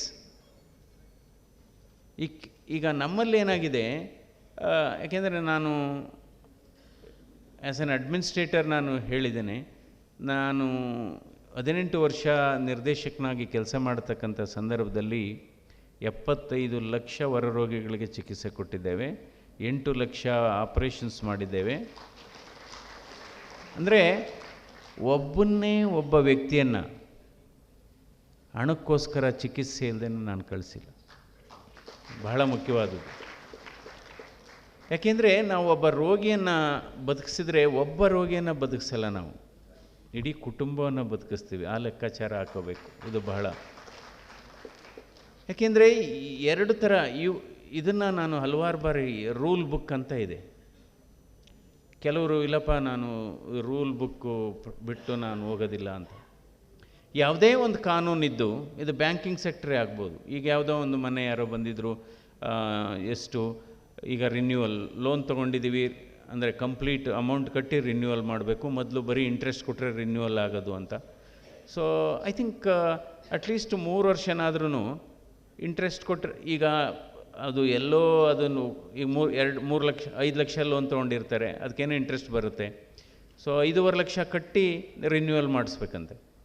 ಆ 5.5 ಲಕ್ಷ ಕಟ್ಟಿ ರಿನ್ಯೂವಲ್ ಮಾಡಿಸೋದಾದರೆ ಅವನ್ಯಾಕೆ ಸಾಲ ಮಾಡೋಕ್ಕೆ ಬರ್ತಾನೆ? ಅಲ್ಲ, common sense is a flower that is not grown in everybody's garden ಅಂತ ಹೇಳ್ತೀವಿ. ಇವತ್ತು ಭಾರತ ದೇಶದಲ್ಲಿ 2 ರೀತಿಯ ಪದವೀಧರರಿದ್ದಾರೆ. ಅಂದರೆ ಪದವಿಗಳು ಪಡೆದಿರ್ತಾರೆ, ಬಟ್ ಅವರ ಕಾಮನ್ ಸೆನ್ಸ್ ಇರೋದಿಲ್ಲ, ಜನರಲ್ ನಾಲೆಡ್ಜ್ ಇರೋದಿಲ್ಲ, ಮಾನವೀಯತೆ ಇರೋದಿಲ್ಲ. ಅಂತರ್ನ ಏನನ್ನಬೇಕು? Illiterate educateds, illiterate degree holders.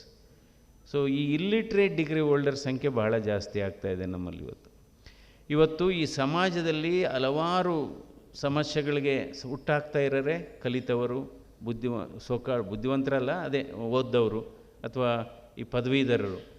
So ಹಿಂದೆ ಏನಾಗಿತ್ತು, ಪದವೀಧರರು ಏನಿತ್ತು, ಹಿಂದೆ ಏನಿತ್ತು ನೋಡಿ, ಸ್ವತಂತ್ರ ಬಂದಂಥ ಸಂದರ್ಭದಲ್ಲಿ ಸಾಕ್ಷರತೆ ಎಷ್ಟು? 20%. ಓದೋಕ್ಕೆ ಬರೆಯೋಕ್ಕೆ ಬರ್ತಿದ್ದು 20%. ನಂತರ ಇವಾಗ 85%. ಏನು ವ್ಯತ್ಯಾಸ? ಅಂದು ಸಾಕ್ಷರತೆ 20% ಇತ್ತು, ಆದರೆ ಸಂಸ್ಕಾರ 100% ಇತ್ತು. ಸಂಸ್ಕಾರ 100% ಇತ್ತು. ಇವತ್ತು ಸಾಕ್ಷರತೆ 85, ಸಂಸ್ಕಾರ ದೇವರಿಗೆ ಗೊತ್ತು. ನೋಡಿ, ಸಂಸ್ಕಾರ ಈಗ ನಾನು ಆ್ಯಕ್ಚುಲಿ ನಾನು ಬಂದಿದ್ದು ಲೇಟ್ ಆಯಿತು. ಯಾಕೆಂದರೆ ನಾನೊಂದು ಮುಹೂರ್ತಕ್ಕೆ ಹೋಗಿದ್ದೆ. ಯಾಕೆಂದರೆ ರಾತ್ರಿ ನಾನು ಈ ಮರಳವಾಡಿ ಕಡೆ ಹಾರೋಹಳ್ಳಿ ಮುಗಿಸಿ ಮನೆಗೆ ಬಂದಿದ್ದೆ 10:30 ರಾತ್ರಿ. ಮದುವೆಗೆ ಹೋಗೋಕ್ಕಾಗಲಿಲ್ಲ. ಸೊ ಇವತ್ತು ಮದುವೆಗೆ ಹೋಗಿದ್ದೆ ಪ್ಯಾಲೇಸ್ ಗ್ರೌಂಡಲ್ಲಿ.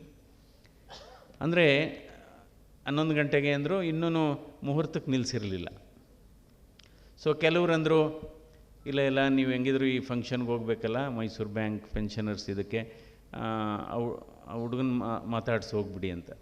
ಸೊ ನನಗನ್ನಿಸ್ತು ಅರ್ಧ ಗಂಟೆ ಲೇಟ್ ಆದರೂ ಪರವಾಗಿಲ್ಲ, ಅಟ್ಲೀಸ್ಟು ಮುಹೂರ್ತ ಮಾಡಿ, ಯಾಕೆಂದರೆ ಅಲ್ಲಿ ಹೋದ್ಮೇಲೆ ಮುಹೂರ್ತ ಮಾಡದೇ ಇರೋದು ತಪ್ಪು ಅಂದ್ಬಿಟ್ಟು, ಮುಹೂರ್ತ ಅಂದರೆ ಫಸ್ಟು ತಂದೆ ತಾಯಿಗಳು ಎಲ್ಲ ಮಾಡಬೇಕು, ಆಮೇಲೆ ತಾಲಿ ಕಟ್ಟಬೇಕು, ನಂತರ ಇದು ನಾವು ಅಕ್ಷತೆ ಆಗಬೇಕು.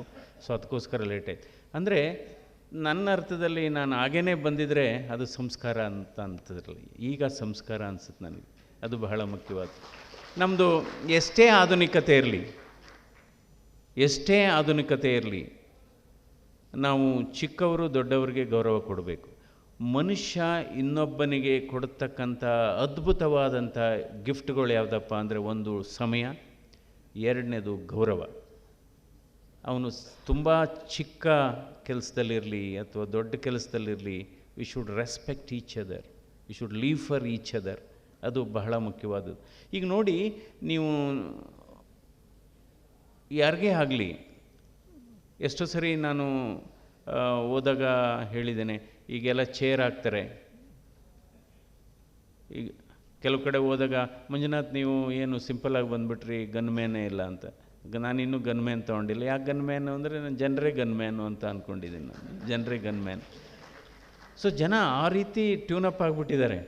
ಇಲ್ಲ ಸರ್, ನೀವು ಗನ್ಮ್ಯಾನ್ ಇಟ್ಕೊಂಬರ್ಬೇಕು. ಈಗ ಅವ್ರು ಬರೋದು, ಆ ಜನನೆಲ್ಲ ನೂಕೋದು ಆ ಕಡೆ ಈ ಕಡೆ, ಅದು ಒಂಥರ ಹರ್ಟ್ ಆಗುತ್ತೆ.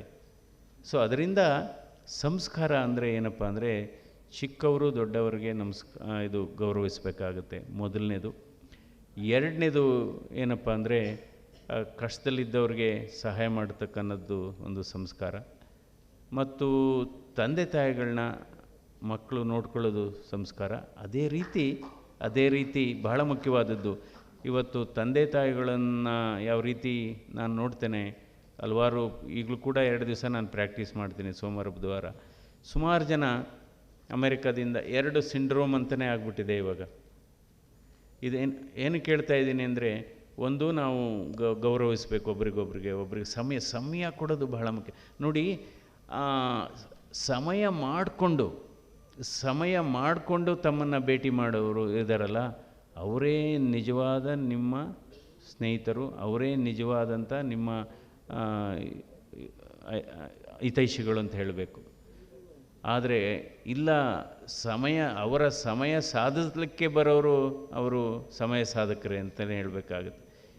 ಅದರಿಂದ ಇವತ್ತು ನಾವು ಹೆಚ್ಚು ಸಮಯವನ್ನು ಒಬ್ರಿಗೊಬ್ರಿಗೆ 5 ನಿಮಿಷ, ಕೆಲವ್ರು ಬರ್ತಾರೆ, ಏನಕ್ಕೆ ಬಂದ್ರಿ ಅಂತ, ಇಲ್ಲ ಸುಮ್ಮನೆ ಮಾತಾಡ್ಸ್ಕೊಂಡು ಹೋಗೋಕ್ಕೆ ಬಂದ್ವಿ ಅಂತ. I think that is the greatest gift.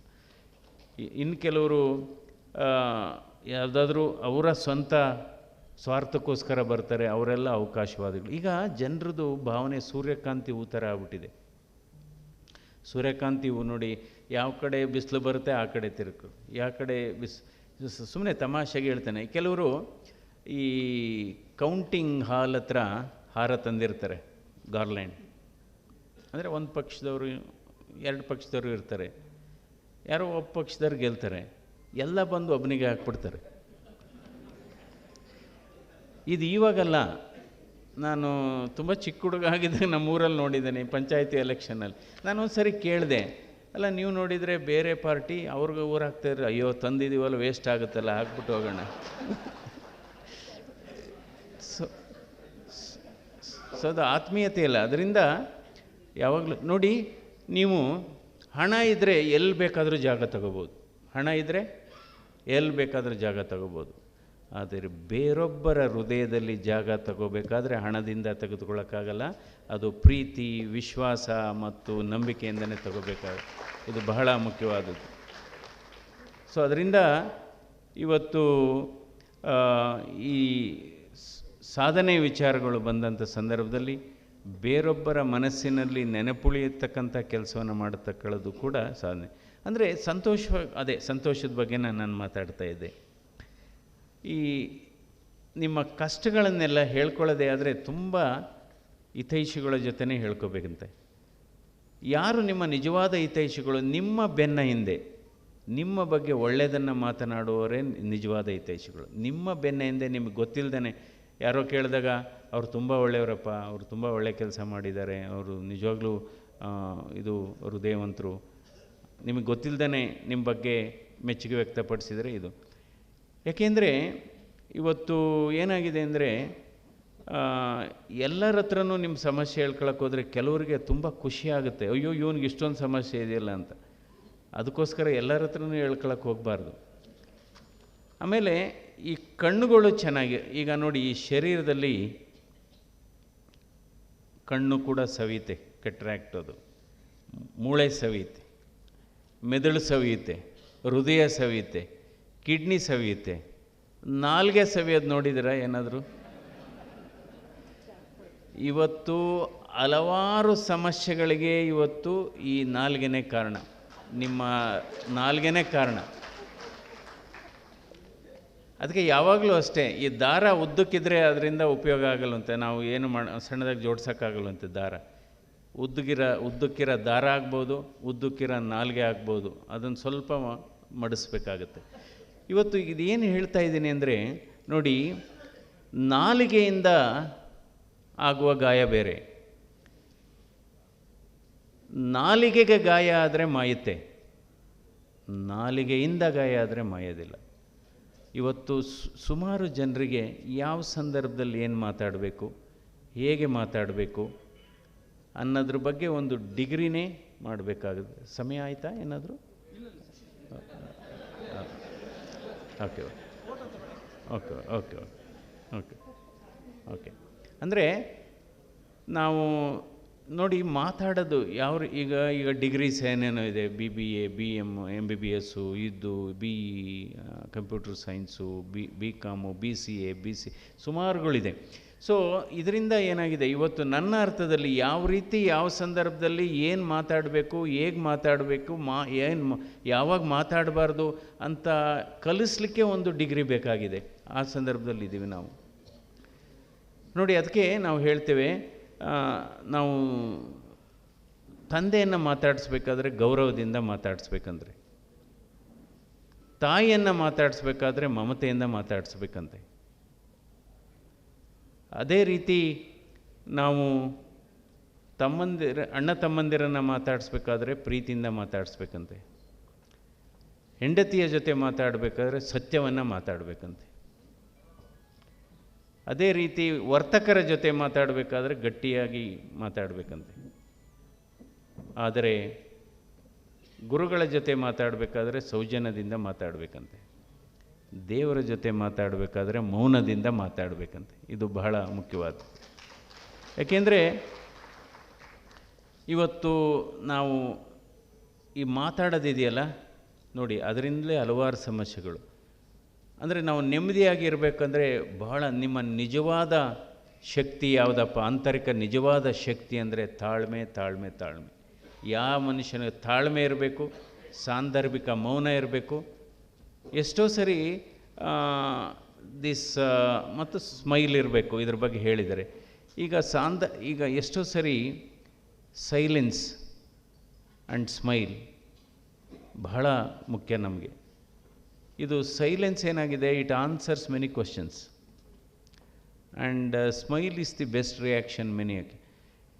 ಅಂದರೆ ಯಾವ ಸಂದರ್ಭದಲ್ಲಿ ಮೌನವಾಗಿರಬೇಕು ಗೊತ್ತಾಗುತ್ತೆ. ಒಬ್ಬ ಮನುಷ್ಯನ ಜೊತೆ ನಾವು ಮಾತಾಡೋಕ್ಕೆ ಶುರು ಮಾಡಿದರೆ 30 ಸೆಕೆಂಡಲ್ಲಿ ಗೊತ್ತಾಗುತ್ತೆ ನಮಗೆ ಇವ್ರ ಹತ್ರ ಮಾತಾಡಿದರೆ ಅನುಕೂಲನ ಅಥವಾ ಅನಾನುಕೂಲನ ಅಥವಾ ಪ್ರಚೋದನಕಾರಿ. ನೀವೇನೋ ಮಾತಾಡ್ತೀರಾ, ಅವರು ಕೇಳಿಸ್ಕೊಳ್ಳಲ್ಲ, ಆರ್ಗ್ಯೂ ಮಾಡೋಕ್ಕೆ ಶುರು ಮಾಡ್ತಾರೆ. ನೀವು ನಿಜವಾಗ್ಲೂ ಬುದ್ಧಿವಂತಾದರೆ ನಿಲ್ಲಿಸ್ಬಿಡ್ಬೇಕು. ಸೊ ಅದರಿಂದ ಇವತ್ತು ನಾವು ಈ ಮಾತಿದೆಯಲ್ಲ, ಈ ಮಾತು ಆಡೋದಕ್ಕೆ ಮೊದಲು ನಾವು ಆ ಮಾತಿಗೆ ನಾವೇ ಒಡೆಯರು. ಮಾತಾಡಿದ ಮೇಲೆ ನಾವು ಗುಲಾಮರು. ಇವಾಗ ಏನಾಗುತ್ತೆ, ಹಿಂದೆ ಏನೋ ನಾನು ಮಾತಾಡಿಲ್ಲ ಅಂತ ಹೇಳ್ಬೋದಾಗಿತ್ತು. ಈಗೆಲ್ಲ ರೆಕಾರ್ಡ್ ಆಗುತ್ತೆ. ಆ ಟಿ ವಿನಲ್ಲಿ ಸ್ಪ್ಲಿಟ್ ಸ್ಕ್ರೀನಲ್ಲಿ ಹಾಕ್ತಾರೆ, ಏನು ಮಾತಾಡಿದರೆ ಏನು ಅಂದ್ಬಿಟ್ಟು ಕಂಪ್ಯಾರಿಸನ್ ಈಸಿ. ಬಹುಶಃ ಮನುಷ್ಯ ಕಂಡಿಡಿದ 2 ಕೆಟ್ಟ ವಸ್ತುಗಳು ಯಾವುದಪ್ಪ ಅಂದರೆ, ಒಂದು ದುಡ್ಡು, 2ನೇದು ಮೊಬೈಲ್ ಫೋನ್. ನಿಜವಾಗ್ಲೂ ಇವತ್ತು ನಾಲಿಗೆ ಎಷ್ಟು ಸಮಸ್ಯೆ ಮಾಡುತ್ತೆಯೋ, ಈಗ ಅದೇ ಸಮಸ್ಯೆ ಇವತ್ತು ದುಡ್ಡು ಎಷ್ಟು, ಇವತ್ತು ಹಣ ಅನ್ನೋದು ಅದು ಕಂಡುಹಿಡಿದೇ ಇದ್ದರೆ ಬಹುಶಃ ಯಾರು ಇವೇನೂ ಆಗ್ತಿರಲ್ಲ. ಎಲ್ಲ ಚೆನ್ನಾಗಿರೋದು, ರೋಡ್ಗಳೆಲ್ಲ ಚೆನ್ನಾಗಿರೋದು ಅನಿಸುತ್ತೆ ನನಗೆ. ಆಮೇಲೆ ಎಲ್ಲ ಗುಣಮಟ್ಟ ಆಗ್ತಾಯಿತ್ತು, ಯಾರೋ ಒಬ್ರಿಗೆ ಮೇಲೆ ಅಸೂಯೆನೂ ಬರ್ತಾ ಇರಲಿಲ್ಲ. ನೋಡಿ, ಎಷ್ಟು ಜನರ ಕೈ ಬದಲಾಯಿಸಿದ್ರು ಸೆಕೆಂಡ್ ಹ್ಯಾಂಡ್ ಆಗೋದೇ ಇಲ್ಲ. ನೋಡಿ, ಭಾರವಿಲ್ಲದ ನೋಟಿಗೆ ನಾವು ಬೆಲೆ ಕೊಡ್ತೀವಿ, ಆದರೆ ಭಾರವಿರುವ ಭಾವನೆಗಳಿಗೆ ಬೆಲೆ ಕೊಡ್ತಾ ಇಲ್ಲ ಇವತ್ತು. ಭಾರವಿಲ್ಲದ ನೋಟಿಗೆ ಬೆಲೆ ಕೊಡುವಂಥ ಕಾಲ. ಆದರೆ ಭಾವನೆ ಕೊಡ್ತ ಭಾವನೆಗಳಿಗೆ ಬೆಲೆ ಕೊಡಬೇಕು. ಅಂದರೆ ಸರಳತೆ ದೊಡ್ಡದ, ಸಂಪತ್ತು ದೊಡ್ಡದ? ನನ್ನ ಅರ್ಥದಲ್ಲಿ ಈ ಸಂಪತ್ತನ್ನು ನೀವು ಲೆಕ್ಕ ಹಾಕ್ಬೋದು, ಸಂಪತ್ತಿಗೆ ಲೆಕ್ಕ ಹಾಕ್ಬೋದು, ಆದರೆ ಸಂಪತ್ತಿಗೆ ಬೆಲೆ ಕಟ್ಬೋದು, ಆದರೆ ಸರಳತೆಗೆ ಬೆಲೆ ಕಟ್ಟೋಕ್ಕಾಗೋದಿಲ್ಲ. ಈ ಸಂಬಂಧಗಳು ಅಷ್ಟೇ. ಈ ಸಂಬಂಧಗಳು ಇವತ್ತೇನಾಗಿದೆ, ಈ ಸಂಬಂಧಗಳೆಲ್ಲ ಹರಿದೋಗ್ತಾ ಇದೆ, ಅವಿಭಾಜ್ಯ ಕುಟುಂಬಗಳು ಒಡೆದೋಗ್ತಾ ಇದೆ. ಇವೆಲ್ಲ ಆರೋಗ್ಯದ ಮೇಲೆ ಪರಿಣಾಮ. ಇವತ್ತು ಹಲವಾರು ಸಮಸ್ಯೆಗಳಿದೆ. ಈ ಮದುವೆಗಳೇ ನೋಡಿ, ಅವಿಭಾಜ್ಯ ಕುಟುಂಬಗಳು ಮೊದಲು ಒಂದೇ ಕುಟುಂಬದಲ್ಲಿ ಎಷ್ಟು ಜನ ಇದ್ದಾರೆ. ಅದರಿಂದ ಇವತ್ತು ಭಾರತ ದೇಶ ಹೃದಯಾಘಾತದ ರಾಜಧಾನಿ, ಭಾರತ ದೇಶ ಅಧಿಕ ರಕ್ತದ ಒತ್ತಡದ ರಾಜಧಾನಿ, ಭಾರತ ದೇಶ ಇವತ್ತು ಸಕ್ಕರೆ ಕಾಯಿಲೆ ರಾಜಧಾನಿ. ಹೇಗಾಗಿದೆ ಅಂದರೆ, ಇವತ್ತು ತಂದೆ 80 ವರ್ಷ, ತಾಯಿ 75 ವರ್ಷ, ಅವ್ರಿಗೆ ಡಯಾಬಿಟೀಸ್ ಇಲ್ಲ, ಅವ್ರ ಮಕ್ಕಳಿಗೆ ಡಯಾಬಿಟೀಸ್. ಸೊ ಒಂದು ಕಾಲ ಇತ್ತು, ಮಕ್ಕಳು ತಂದೆ ತಾಯಿಗಳನ್ನ ಈ ಚಿಕಿತ್ಸೆಗೆ ಕರ್ಕೊಬರ್ತಾಯಿದ್ರು ಮೊದಲು. ಇವತ್ತು ತಂದೆ ತಾಯಿಗಳು ಅವರ ಮಕ್ಕಳನ್ನು 20ರಿಂದ 40 ವರ್ಷ ವಯೋಮಿತಿಯಲ್ಲಿ ಇರ್ತಕ್ಕಂಥ ಮಕ್ಕಳನ್ನ ಕರ್ಕೊಬರ್ತಾ ಇದ್ದಾರೆ ಸಕ್ಕರೆ ಕಾಯಿಲೆಗೆ, ಹಾರ್ಟ್ ಅಟ್ಯಾಕಿಗೆ, ಕ್ಯಾನ್ಸರ್ಗೆ, ಸ್ಟ್ರೋಕ್ಗೆ. ಸೊ ಇದು ನಿಜವಾಗ್ಲೂ ಅದಕ್ಕೋಸ್ಕರ ಇವತ್ತು ನಿಮ್ಮ ದಿನಚರಿ ಅಥವಾ ನೀವು ನಡೆಸಿದಂಥ ಬದುಕು ಮಕ್ಕಳಿಗೆ, ಮೊಮ್ಮಕ್ಕಳಿಗೆ ಬರಬೇಕಾಗಿದೆ. ನೋಡಿ, ಯಾರ್ಯಾರ ಮನೆಯಲ್ಲಿ ಅಜ್ಜಂದಿರಿದ್ದಾರೋ ಆ ಮನೆಯಲ್ಲಿ ದೇವರು ನೆಲೆಸಿದ್ದಾನೆ ಅಂತಲೇ ಹೇಳಬೇಕಾಗುತ್ತೆ. ಆ ಮನೆಯಲ್ಲಿ ಅವರ ಮಕ್ಕಳಿಗೆ ಸಂಸ್ಕಾರ ಬರುತ್ತೆ, ಮಕ್ಕಳಿಗೆ ಬರದೇ ಇದ್ದರೂ ಮೊಮ್ಮಕ್ಕಳಿಗಂತೂ ಡೆಫಿನೆಟಾಗಿ ಸಂಸ್ಕಾರ ಬರುತ್ತೆ. ಇವತ್ತು ಅದೇ ಬಂದಿರೋದು. ಇವತ್ತು ಅವಿಭಾಜ್ಯ ಕುಟುಂಬಗಳು ಒಡೆದೋಗಿರೋದ್ರಿಂದ ಮನೆಯೇ ಸಾಂತ್ವನ ಕೇಂದ್ರ ಆಗಿತ್ತು, ಮನೆಯೇ ಶಿಶುವಿಹಾರ, ಮನೆಯೇ ಸಮುದಾಯ ಭವನ. ಇವತ್ತೇನಾಗ್ತಾ ಇದೆ, ಈ ಆಧುನಿಕತೆ ಹಿನ್ನೆಲೆಯಲ್ಲಿ, ಈ ಗಣಕೀಕರಣದ ಕಾಲಘಟ್ಟದಲ್ಲಿ ಎಲ್ಲ ಒಡೆದೋಗಿ.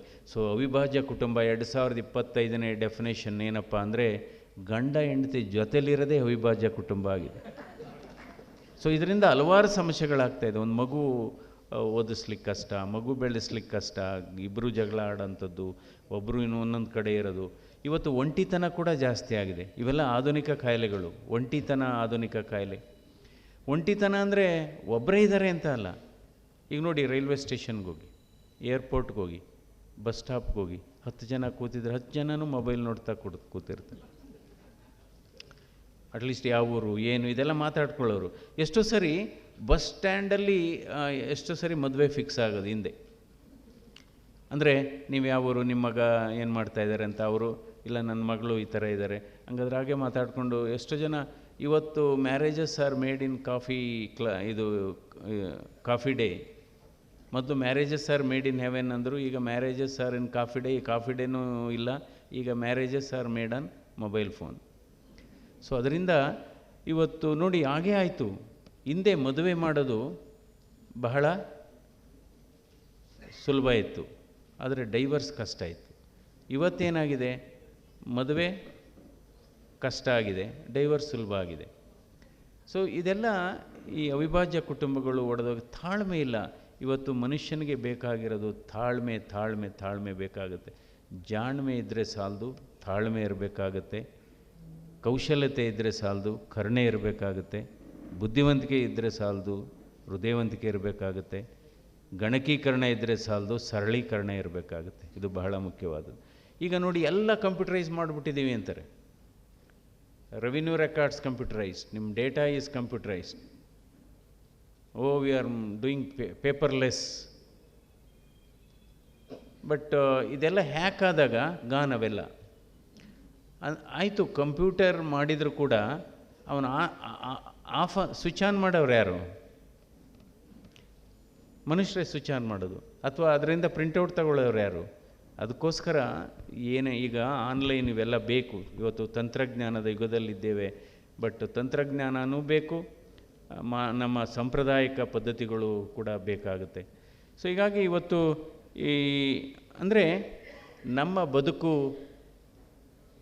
ಬದುಕಿನ ಕಥೆಗಳು, ನಮ್ಮ ಬದುಕಿನ ಲೇಖಕರು ಯಾರು?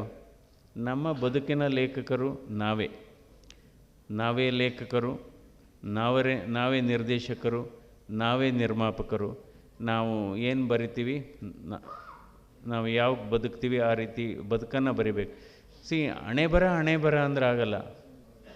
ಹಣೆ ಬರವನ್ನು ನಿಮ್ಮ ಕೈ ಬರಹದ ಮೂಲಕ ಬದಲಾಯಿಸ್ಬೋದು. ಹಣೆ ಬರಹವನ್ನು ನಿಮ್ಮ ಕೈ ಬರಹದ ಮೂಲಕ ಬದಲಾಯಿಸ್ಬೋದು. ಇವತ್ತು ಈ ಕಾಯಿಲೆಗಳು, ಹೃದಯಾಘಾತದ ಕಾಯಿಲೆಗಳು ಜಾಸ್ತಿ ಇದೆ. ಇದರ ಲಕ್ಷಣಗಳು ಅಂದರೆ ಗೊತ್ತಿದೆ ನಿಮಗೆಲ್ಲ. ಹಿಂದೆ ಎಲ್ಲ 65 ವರ್ಷ ಆದಮೇಲೆ age itself as a risk factor. ಇವತ್ತೇನಾಯಿತು, 45 ಇಯರ್ಸ್ ಏಜನ್ನೇ ಒಂದು ರಿಸ್ಕ್ ಫ್ಯಾಕ್ಟರ್ ಆಗಿದೆ. ಹಿಂದೆ ಎಲ್ಲ ಹೆಂಗಸರಲ್ಲಿ ಬಹಳ ಕಡಿಮೆ ಇತ್ತು. 50 ವರ್ಷಕ್ಕಿಂತ ಚಿಕ್ಕವರಲ್ಲಿ ಹೃದಯಾಘಾತ ಇರಲೇ ಇಲ್ಲ ಹಿಂದೆ. ಇವತ್ತು 10% ಹೃದಯಾಘಾತಗಳು 40 ವರ್ಷಕ್ಕಿಂತ ಚಿಕ್ಕವರಲ್ಲಿ ಹೆಂಗಸರುಗಳೇ ಇದ್ದಾರೆ. ಹೆಂಗಸರುಗಳು ಕೂಡ ಗಂಡಸರ ರೀತಿ ಕೆಲಸ ಮಾಡ್ತಾ ಇದ್ದಾರೆ. ಇವತ್ತು ಮಕ್ಕಳ ವಿದ್ಯಾಭ್ಯಾಸ ಇವತ್ತು ತಾಯಂದಿರ ಪರೀಕ್ಷೆ ಆಗಿದೆ. ಅದು ಬಹಳ ಒತ್ತಡ ಇವತ್ತು ಮಕ್ಕಳಿಗೆ, ಹೆಣ್ಮಕ್ಳಿಗೆ ಆಗಿದೆ. ಸೊ ಅದರಿಂದ ಇದೆಲ್ಲ ಇದೆ. ಧೂಮಪಾನ, ಮದ್ಯಪಾನ, ಸಕ್ಕರೆ ಕಾಯಿಲೆ, ಒತ್ತಡ ಅನ್ನೋದು ಹೊಸ ತಂಬಾಕು ಇದ್ದಂಗೆ. ಒತ್ತಡ ಅನ್ನೋದೇ, ಕೆಲವರು ಹೇಳ್ತಾರೆ, ಡಾಕ್ಟ್ರೇ ನನಗೆ ಸಕ್ಕರೆ ಕಾಯಿಲೆ ಇಲ್ಲ, ನಾನು ಧೂಮಪಾನ ಇಲ್ಲ, ಮದ್ಯಪಾನ, ಯಾಕೆ ಹಾರ್ಟ್ ಅಟ್ಯಾಕ್ ಬಂತು ಅಂದ್ಬಿಟ್ಟು 10 ನಿಮಿಷ ಆರ್ಗ್ಯೂ ಮಾಡ್ತಾರೆ ನಮಗೆ. ನಾವು ಆವಾಗ ಹೇಳ್ತೀವಿ, ನೀವು 10 ನಿಮಿಷ ಆರ್ಗ್ಯೂ ಮಾಡಿದ್ರಲ್ಲ ಅದೇ ಕಾರಣ ಹಾರ್ಟ್ ಅಟ್ಯಾಕ್ ಆಗೋದಕ್ಕೆ ಅಂತ. ಅಂದರೆ ಯಾವುದೋ ಒಂದು ಕಾಯಿಲೆ ಬರಬಾರ್ದು ನಿಜ, ಬಟ್ ಬಂದ ಮೇಲೆ ಅಕ್ಸೆಪ್ಟ್ ಮಾಡ್ಕೋಬೇಕು. ಆಯಿತು, ಬಂದುಬಿಡ್ತು, ಚಿಕಿತ್ಸೆ ತಗೊಳ್ಳೋಣ, ಹಾಗೆ ಹೀಗೆ. ಇವತ್ತು ಇದು ಒತ್ತಡ ಅನ್ನೋದು ಬಹಳ ಮುಖ್ಯ. ಯಾಕೆಂದರೆ ಹೃದಯಾಘಾತದ ಲಕ್ಷಣಗಳು ಏನಪ್ಪ ಅಂದರೆ, ಎಲ್ಲರಿಗೂ ಗೊತ್ತು, ಎದೆ ನೋವು, ಎದೆ ಎಡಭಾಗದಲ್ಲಿ ನೋವು ಬರುತ್ತೆ ಅಂತ ಗೊತ್ತಿರುತ್ತೆ. ಇನ್ನು ಕೆಲವರಿಗೆ ಎದೆ ಉರಿ ಥರ ಬರುತ್ತೆ. ಯಾವಾಗಲೂ ನಡೆದಾಗ, ಓಡಾಡಿದಾಗ, ವಾಕ್ ಮಾಡಿದಾಗ, ಅಪ್ಪಲ್ಲಿ ನಡೆಯುವಾಗ ಎದೆ ಭಾರ, ಎದೆ ಉರಿ, ಎದೆ ನೋವು, ಗಂಟಲು ನೋವು, ದವಡೆ ನೋವು ಬಂದರೆ ಇದು ಬಹಳ ಮುಖ್ಯವಾದದ್ದು.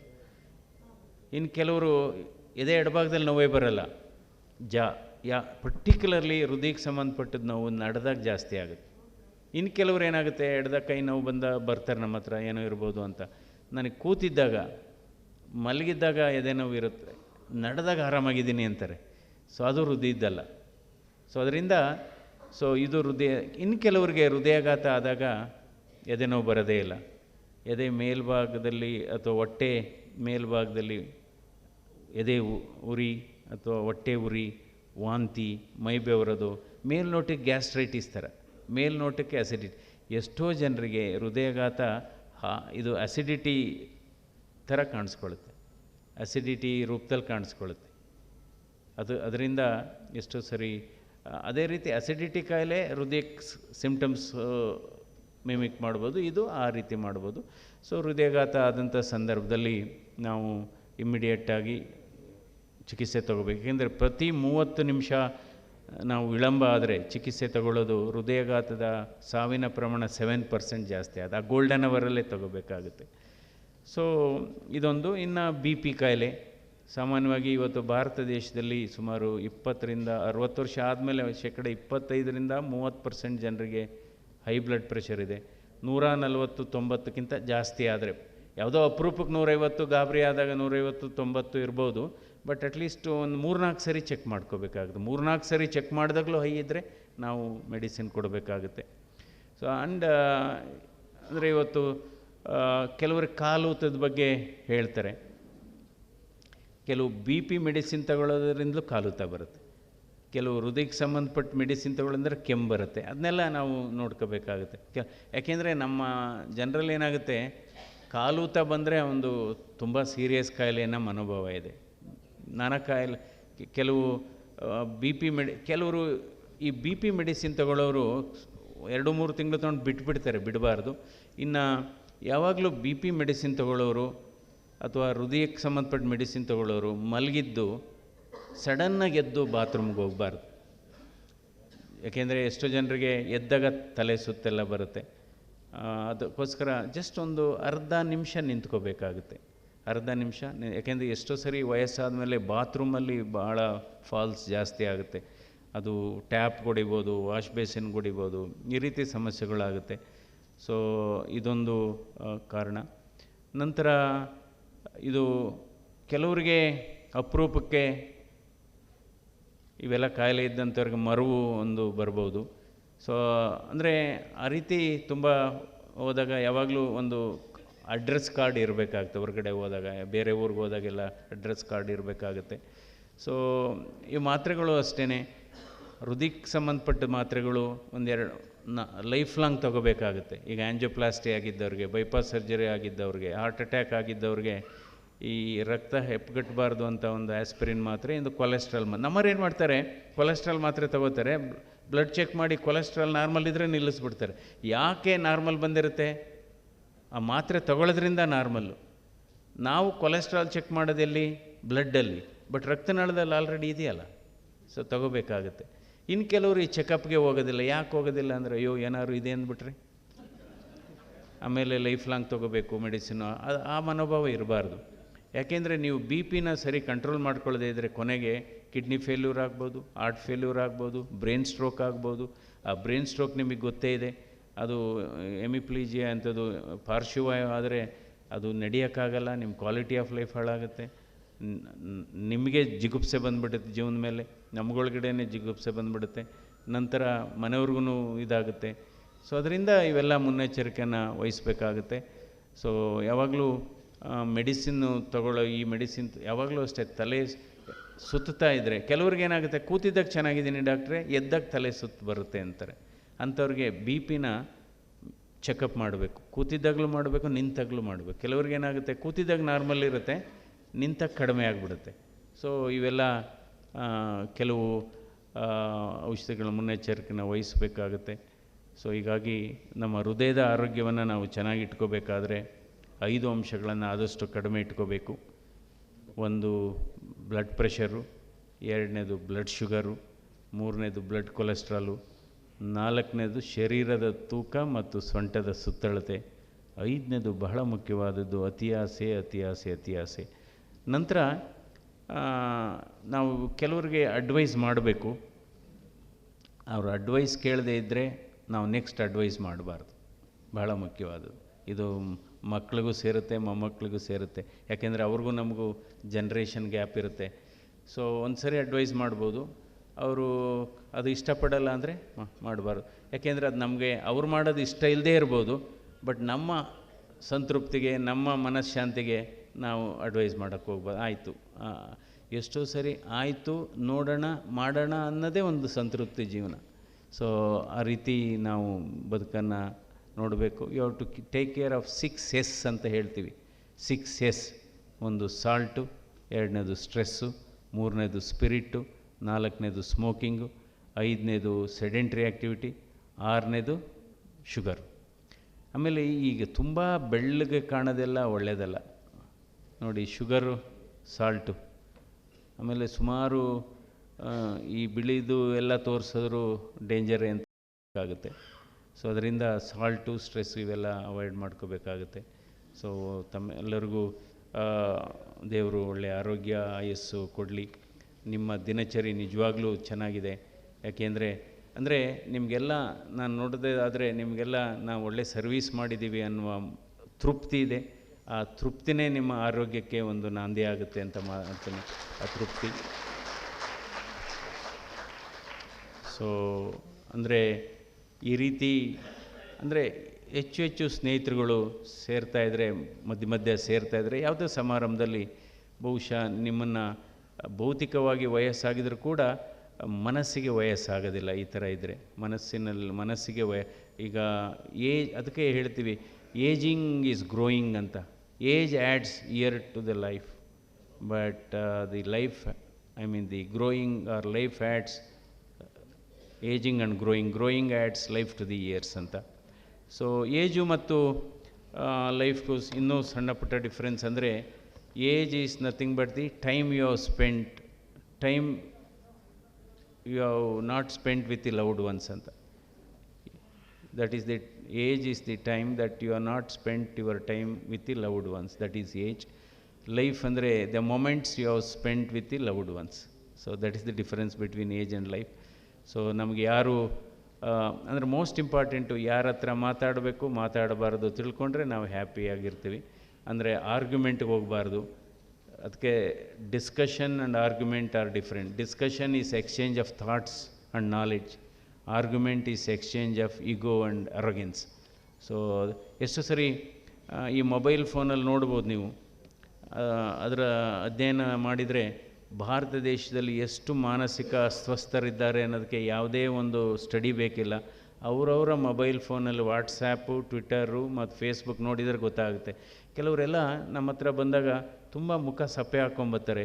ಇಲ್ಲ ಯಾಕೆ ಅಂದರೆ, ಇಲ್ಲ ಡಾಕ್ಟ್ರಿ ಯಾರೋ ವಾಟ್ಸಾಪ್ ಕಳಿಸಿದ್ರು, ತುಂಬ ಕೆಟ್ಟ ಮೆಸೇಜು, ಬೈದು ಏನು ನಾನು ದಬಾಯಿಸಿ ಕಳಿಸ್ಬಿಟ್ಟಿದ್ದೀನಿ ಈ ಕಡೆಯಿಂದ ಹಾಗೆ ಹೀಗೆ ಅಂತ. ಕೊನೆಗೆ ನಾನು ಕೇಳಿದೆ, ಇದು ಎರಡೂ ನಿಮಗೆ ಸಂಬಂಧ ಇದೆಯಾ ಅಂದರೆ ಸಂಬಂಧ ಇಲ್ಲ. ಯಾವುದೋ ಸಂಬಂಧ ಇಲ್ಲದೆ ಇರೋ ವಿಚಾರಕ್ಕೆ ಯಾಕೆ? ಸೊ ಈ ರೀತಿ ಇವತ್ತು ಮನಸ್ಸು ಇವತ್ತು ಸಾಮಾಜಿಕ ಜಾಲತಾಣ ಸಮಾಜವನ್ನು ಜಾಲಾಡ್ತಾ ಇದೆ. ಸುಳ್ಳು ಸುದ್ದಿ ಹರಡೋದು, ಪ್ರಚೋದನೆ ಮಾಡುವಂಥದ್ದು, ಇವತ್ತು ಸಾಮಾಜಿಕ ಜಾಲತಾಣ ಸಮಾಜವನ್ನು ಜಾಲಾಡ್ತಾ ಇದೆ. ಇದ್ರ ಬಗ್ಗೆ ಹುಷಾರಾಗಿರಬೇಕು. ಎಲ್ಲರಿಗೂ ದೇವರು ಒಳ್ಳೇದು ಮಾಡಲಿ. ನಿಮ್ಮ ಮನವಿಯನ್ನು ನಾನು ತಲುಪಿಸ್ತೇನೆ ಕೇಂದ್ರಕ್ಕೆ. ಸೊ ಬಹಳ ಸಂತೋಷ ಆಯಿತು. So live long, live young. Thank you.